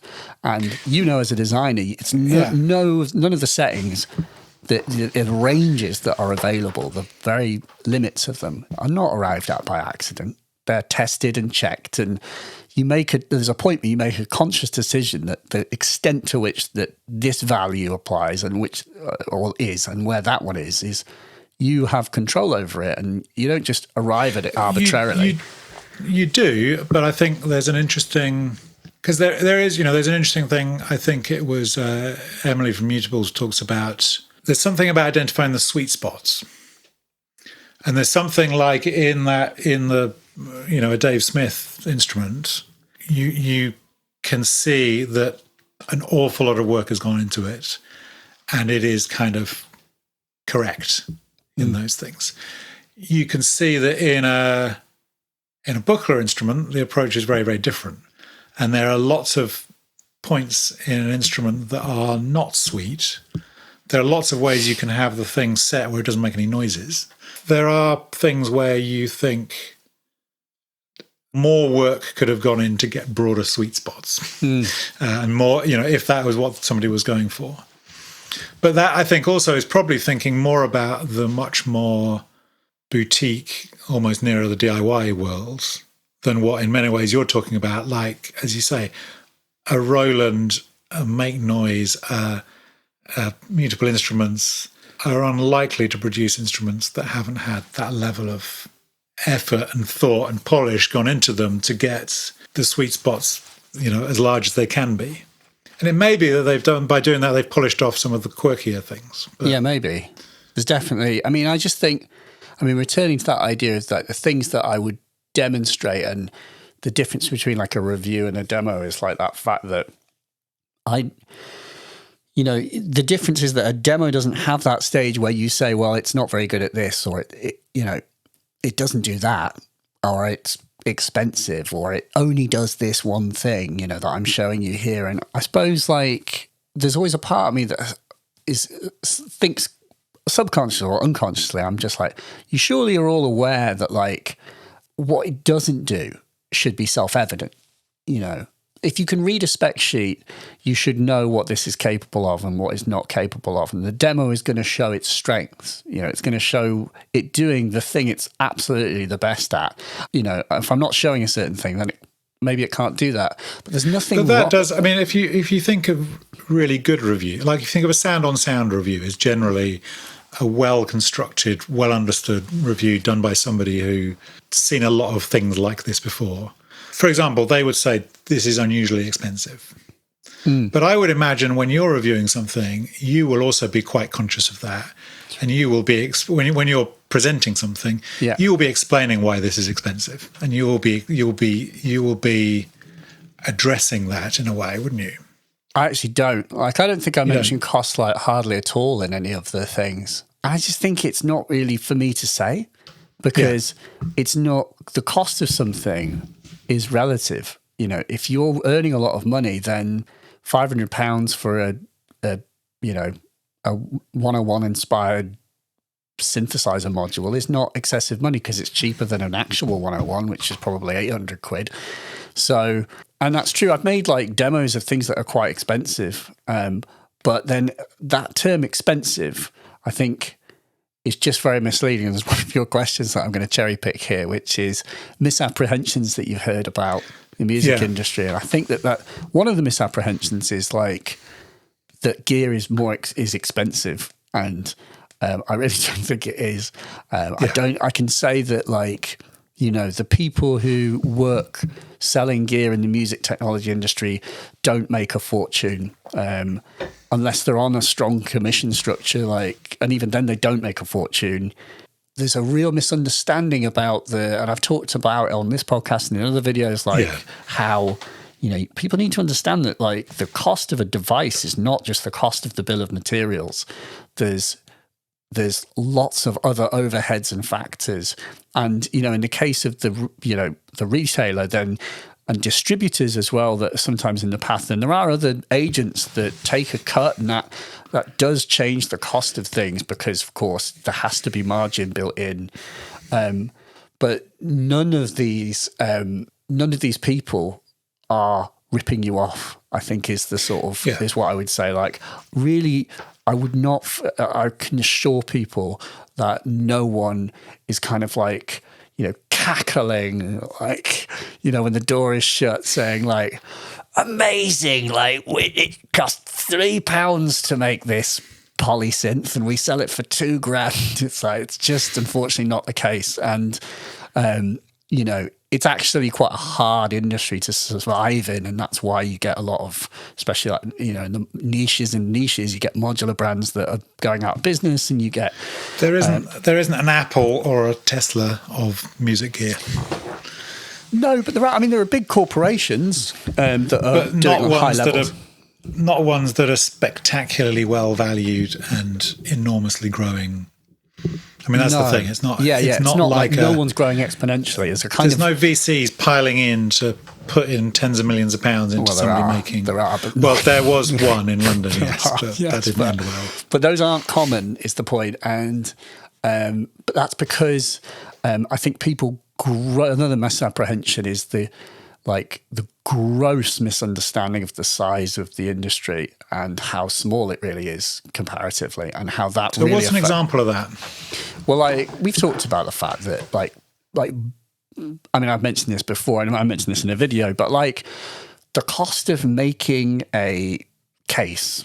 Making cases for Eurorack, but then comparing that, because our frame of reference is what we pay for a cupboard in IKEA.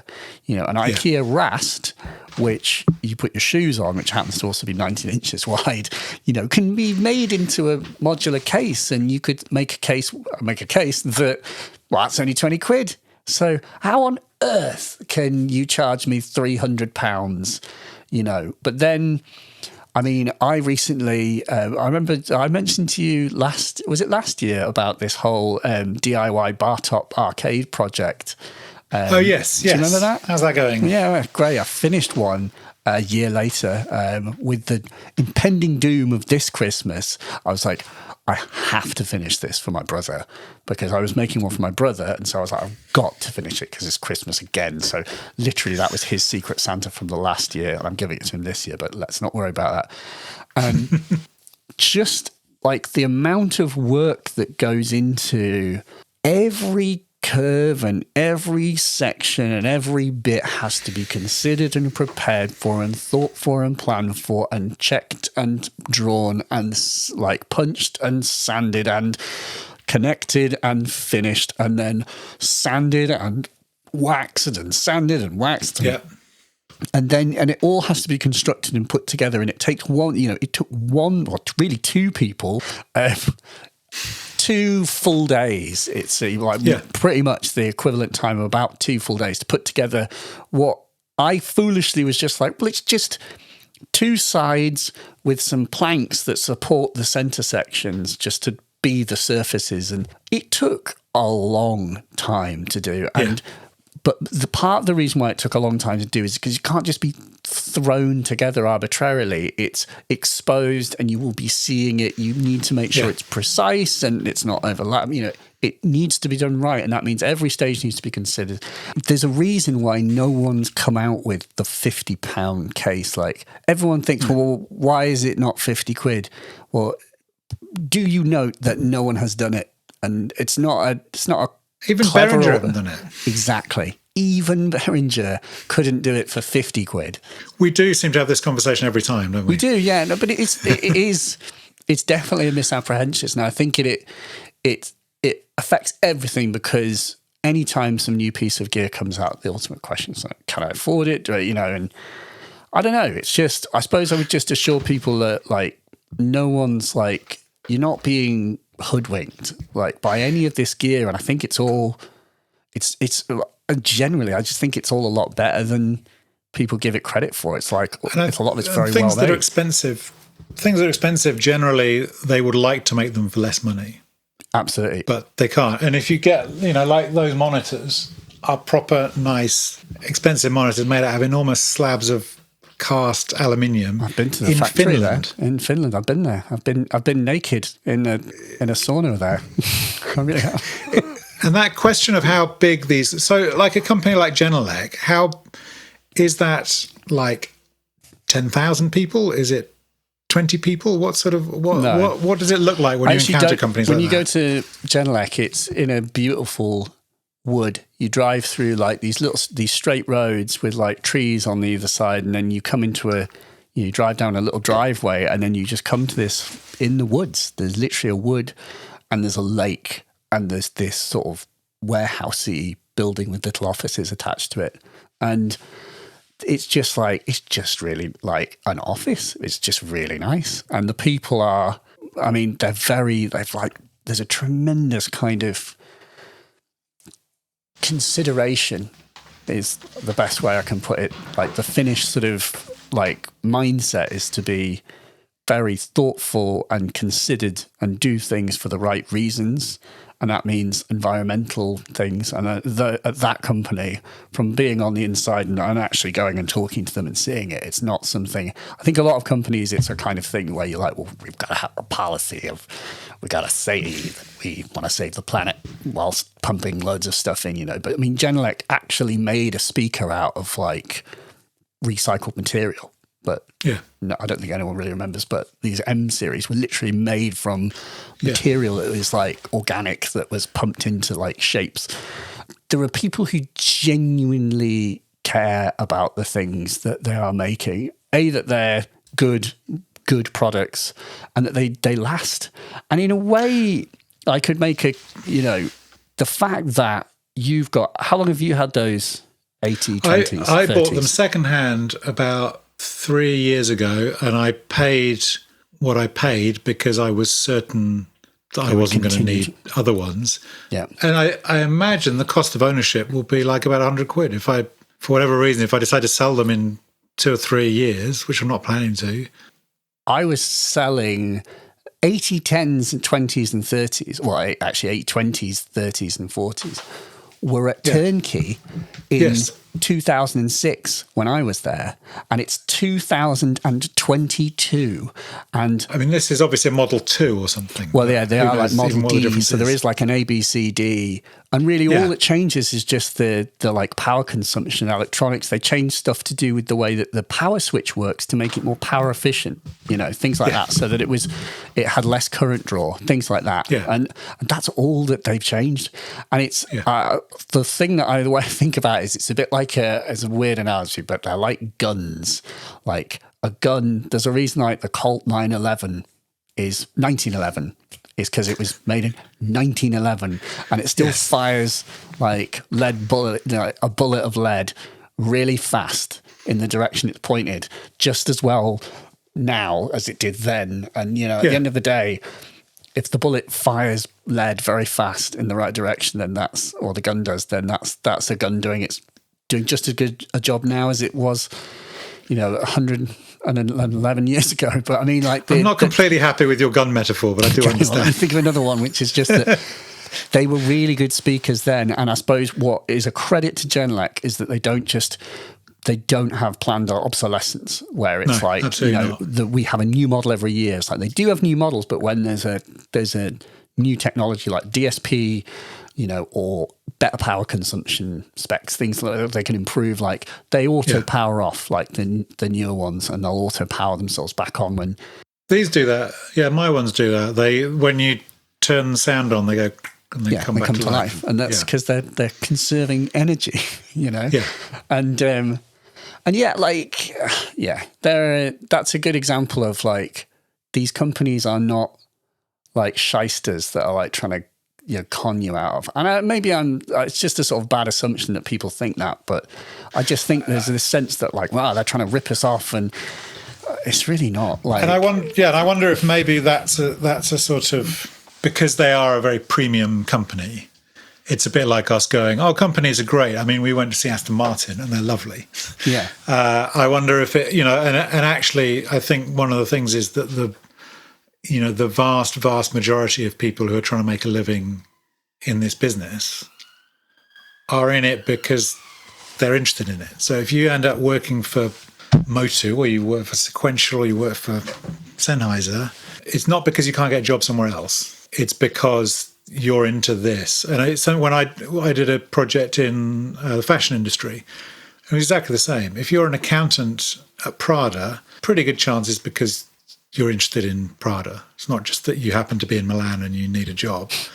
And that means you get a certain type of person, a certain type of commitment in those kind of organizations. Mm-hmm. Certainly when I worked in media companies, it was people tended to be working in media companies because they wanted to work in media companies. And I'm sure with music, it's even more so. It is. All of the people that I worked with at Turnkey and beyond are either actively making music or love music in some way or shape or form. Like, it's true. Like, why would you apply to those places if you weren't in some way interested in them? And that's true of like all the companies. These aren't people that aren't using it. Like, a good example is like Archeria, like Sebastian Rochard, who's like the product managers there. Like, I knew him, I got to know him just as he was like basically doing like a year's like internship with them, and he's now like designing products, and there's like designing some of the best stuff that they're doing. It's like amazing, and he's just enthusiastic, geeky music making guy, and we can sit in a bar and just bang on about gear endlessly. And it's, of course, those are the people. It's like they're not, he's not come out of sort of design school and, will go off and design anything else. He's deeply passionate about music equipment specifically, and that's what he's, signed up to design. And it's, well, it's a good luck that we have in this industry that there is quite a crossover as well. So that's why you have your teenage engineerings and people like that. That's because true. You do tend to find, talented, creative people. This is an area they want to work in. Some of them are really into watches, some of them are really into cars, some of them are into music gear, and some of them, design supermarket packaging, which I'm sure if you get into it is something you're passionate about in itself. But I think there is definitely that sort of, and again, that's where people will actually be working for much less than their worth. Yeah, that's definitely true. I'm sure that was what happened with even with teenage engineering. They're making a very expensive device that then they figured out actually they weren't making any money on, so they made it more expensive. And people are like, why is it so expensive? And open the thing up and you can see. Yeah, it's not like they would just increase the price of the OP1 for fun, or even necessarily, they're doing it for profit in the sense that they have to keep the lights on, but they're not just doing it like out of greed. Like, you just wouldn't, that's not why you would do things. The other approach is there's a very standard approach when that happens, which is you work out to make it cheaper. So they could easily have said, tell you what, instead of having the thing in a kind of milled aluminium tray, let's have it in a milled plastic tray and put some weights in the corner so it feels the same. Yeah, that would be a classic way to do it. But they presumably didn't do that. So I was reading an article that was talking about the name for this in supermarkets where they shrink the quantity of a product, but they keep the price the same. And it's the Toblerone was a classic. Yeah. And the Brexit Toblerone where it just shrank. Unbelievable. Exactly. Yeah. Like, you shrink the size because it's hard to discern. Like, it's easy to overlook, but actually the product just shrunk. You're paying the same amount of money, so it's gone up in price. Definitely. There is the thing that's happening at the moment where a lot of things are going up in price because of chip shortages and parts. Yeah. They will absorb a certain degree of margin until it's just like, this isn't sustainable. And it's like, I think again of that whole David Vancouvering, and he said, actually, that was the follow-on quote to the thing he was saying about being a salesman. He's like, I liked selling. He says, and the thing is, like, you needed salespeople because if you didn't sell the thing, then Bob Moog would be out of a job. And you don't have any more As Moog. They all have been. Yeah, well, the joke is, of course, Bob did sell the company. It did go out of business. But, but what he's saying is true. Like, at the end of the day, the thing has to be sold. Otherwise, you can't have the next thing. Yeah. Because companies will go out of business. So you need salespeople, which is why I'm here, And I do genuinely think that, it's to support what's good about inspiring people and bringing more people in. It enriches the it enriches it, and it makes this pool of limited customers slightly wider and larger, and that can lead to us having, you know, cheaper gear eventually because of economies of scale. Yeah, the scale does. And that's one of the things we talked about before, where it's like the misapprehension of not understanding how small it is. Well, if we can grow it, then things can come down. But they're already, I mean, some of these things are dirt cheap. I think the other thing, misapprehension I thought about, which irks me, is when people complain that a thing doesn't do a thing. Why doesn't it just do that? Like, why didn't you add, you know? And I mean, there's lots of answers to that. And one is to say, well, you know, it's cost, and you don't understand that adding a knob is not that simple, and software, it's complicated. You can break something by adding something. But I think the thing that makes me sort of shake my head at it is just like this idea of, are you limited in your ability to make music, sir or madam? Like, can you really with a straight face say that you are being held back by technology in any truly meaningful fashion, that feature being missed off was the difference between you being able to write music effectively and that device being worthful or worthless? But I think also it's even more than that. I think for the designer, I think their intention should be to make something as simple as possible. Yes. But not more simple. Not too simple. Yeah. So there is but it's incredibly easy to look at something and see what else it could do, to add features, to add ideas, to add budget. That's fine. The challenge is going the other way. So like that, the mini drive. This one 20 with grams a weird worth of mini drive. Yeah, it's got a weird red light on it. Oh, wow. That is as simple as anything I've ever made. You know, it could be substantially simpler. It could just have one input and one output, so you can patch feedback loops. It could have the two outputs at different levels, so you've got a higher and lower input. That could just be not that. There's a range of things within it that could be simplified. You know, what I've tried to do is make it as simple as it possibly can be and not simpler. That's where somebody looking at something and saying, well, why can't it do this and this and this, is ignoring the cost of that, not in terms of bits and making it, but in terms of how simple something is to be used and how easy it is to be understood and how quick it is to be learned, and that sort of cognitive cost on things. Yes, particularly when you've got digital instruments and or instruments with digital brains in them. That's where you get into that universe of kind of modes and I've worked out how I can add 16 features to this thing, because if you hold this key and this key when you start it up, you get an entirely new universe of it. And I think the discipline to not do that is what makes the difference between something that is enjoyable to use and to learn and to is instrument, and something that is not. You know, that's the way I see it. When you see instruments where people have taken that discipline, or when you see, again, with most sensible instruments, like something like the Volker FM, which is taking a very, very complicated instrument and absolutely working out how simple can you make it, but not too simple. As simple as you make it is you literally have a knob and an up and down button and a slider. And there is within that interface, you can change every single variable you can change in a DX7 from the front panel of it. And it's kind of all right. I've done it occasionally using it, but it's not the easiest thing to do. Or actually in a DX7 itself has got 160 odd controls in it, variables, and it's got, 16 buttons, 32 buttons maybe. So you have to, each button does 3 things. So it's just, you know, even within the limitations of its thing, it could be a lot simpler.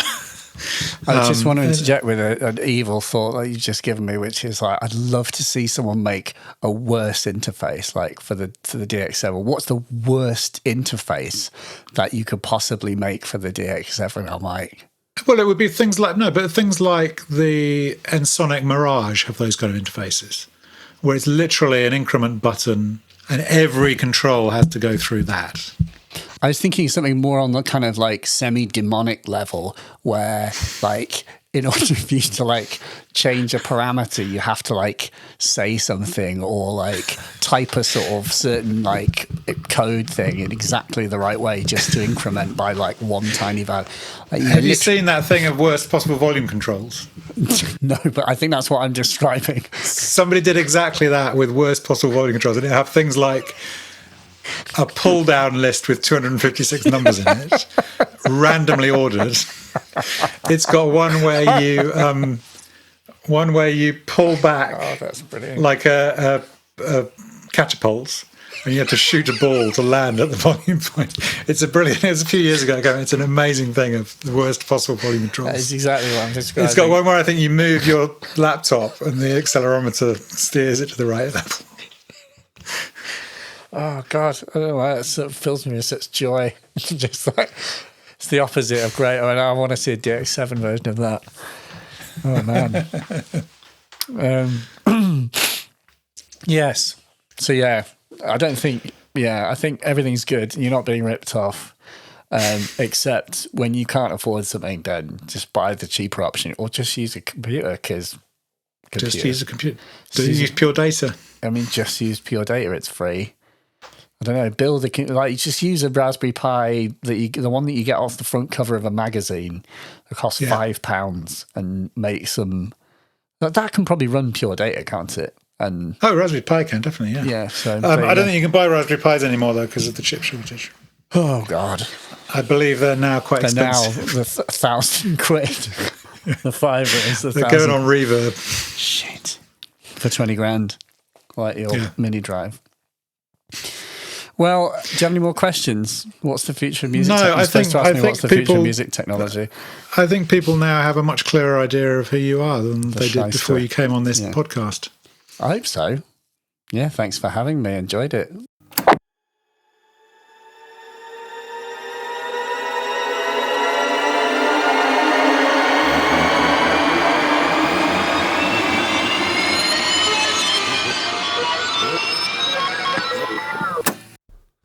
All right, mate. Don't sound very convinced.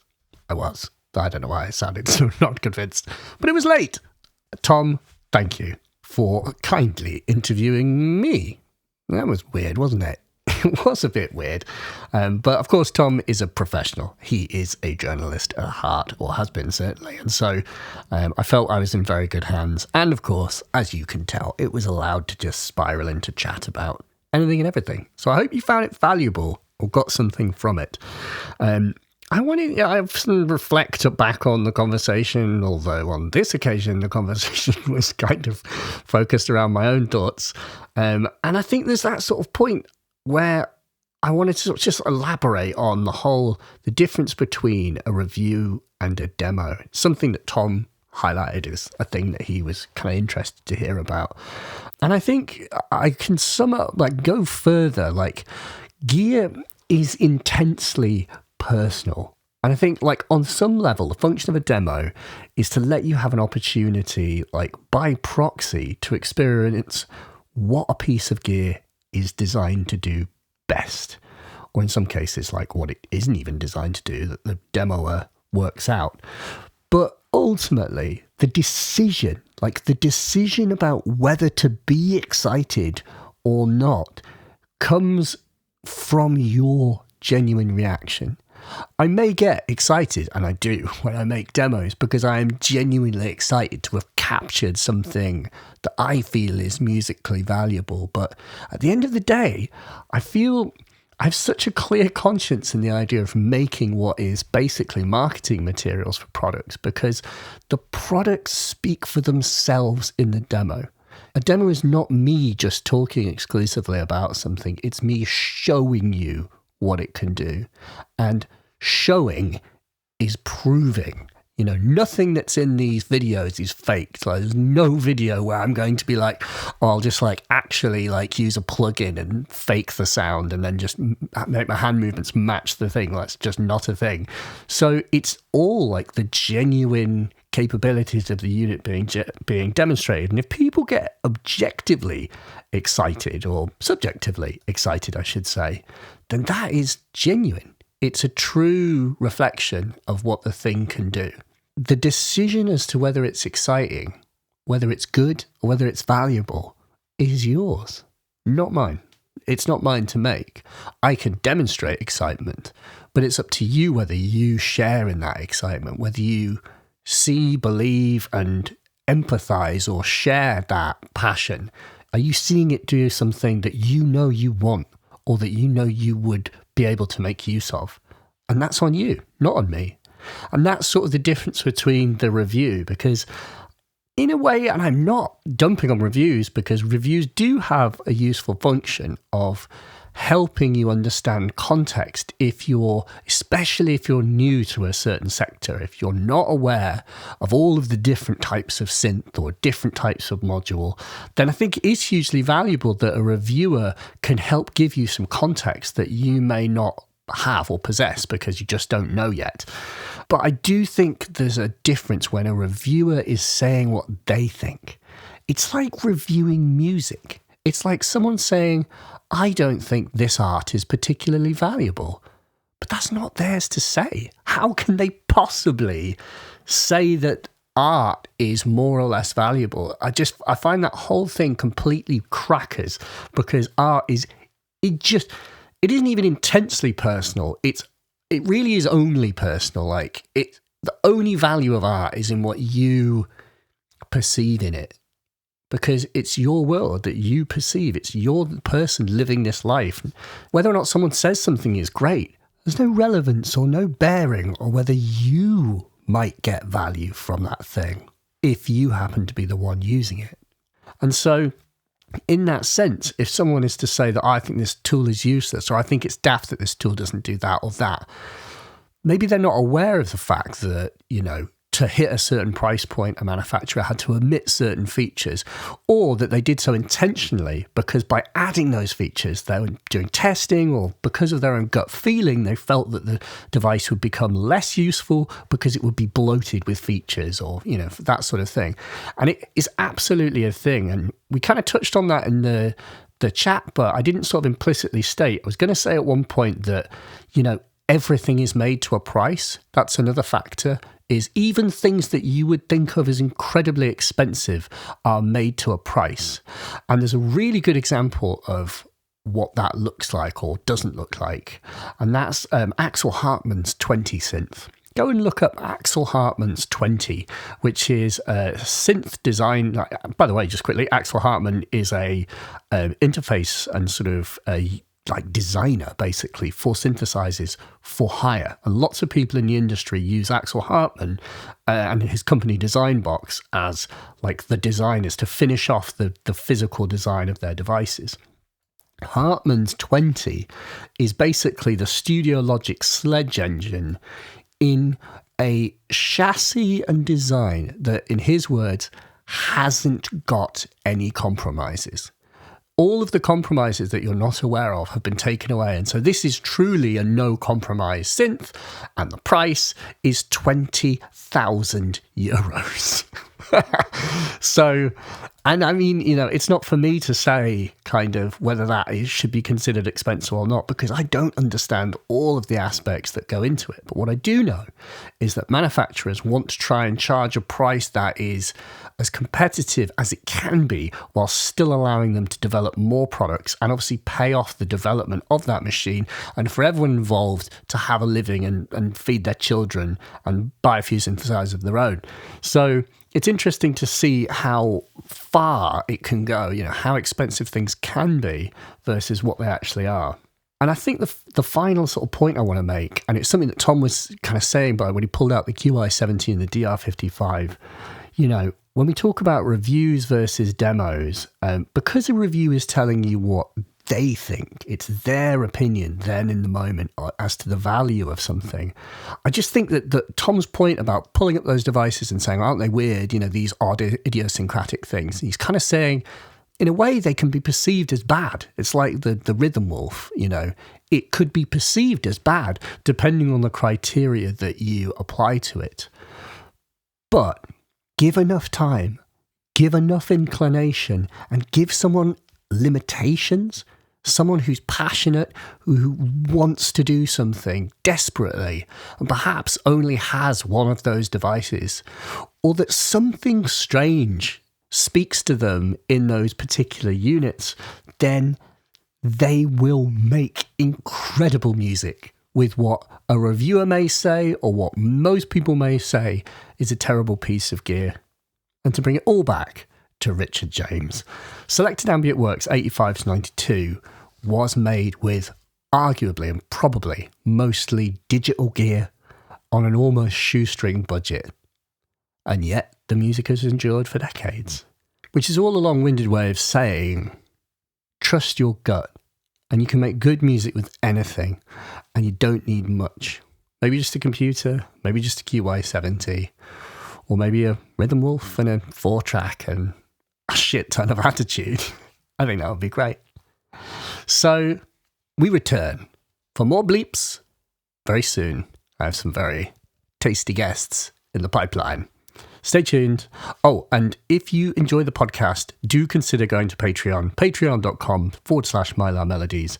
Consider hopping on the Good Shit Patreon. I would really appreciate it. It helps me keep this thing going.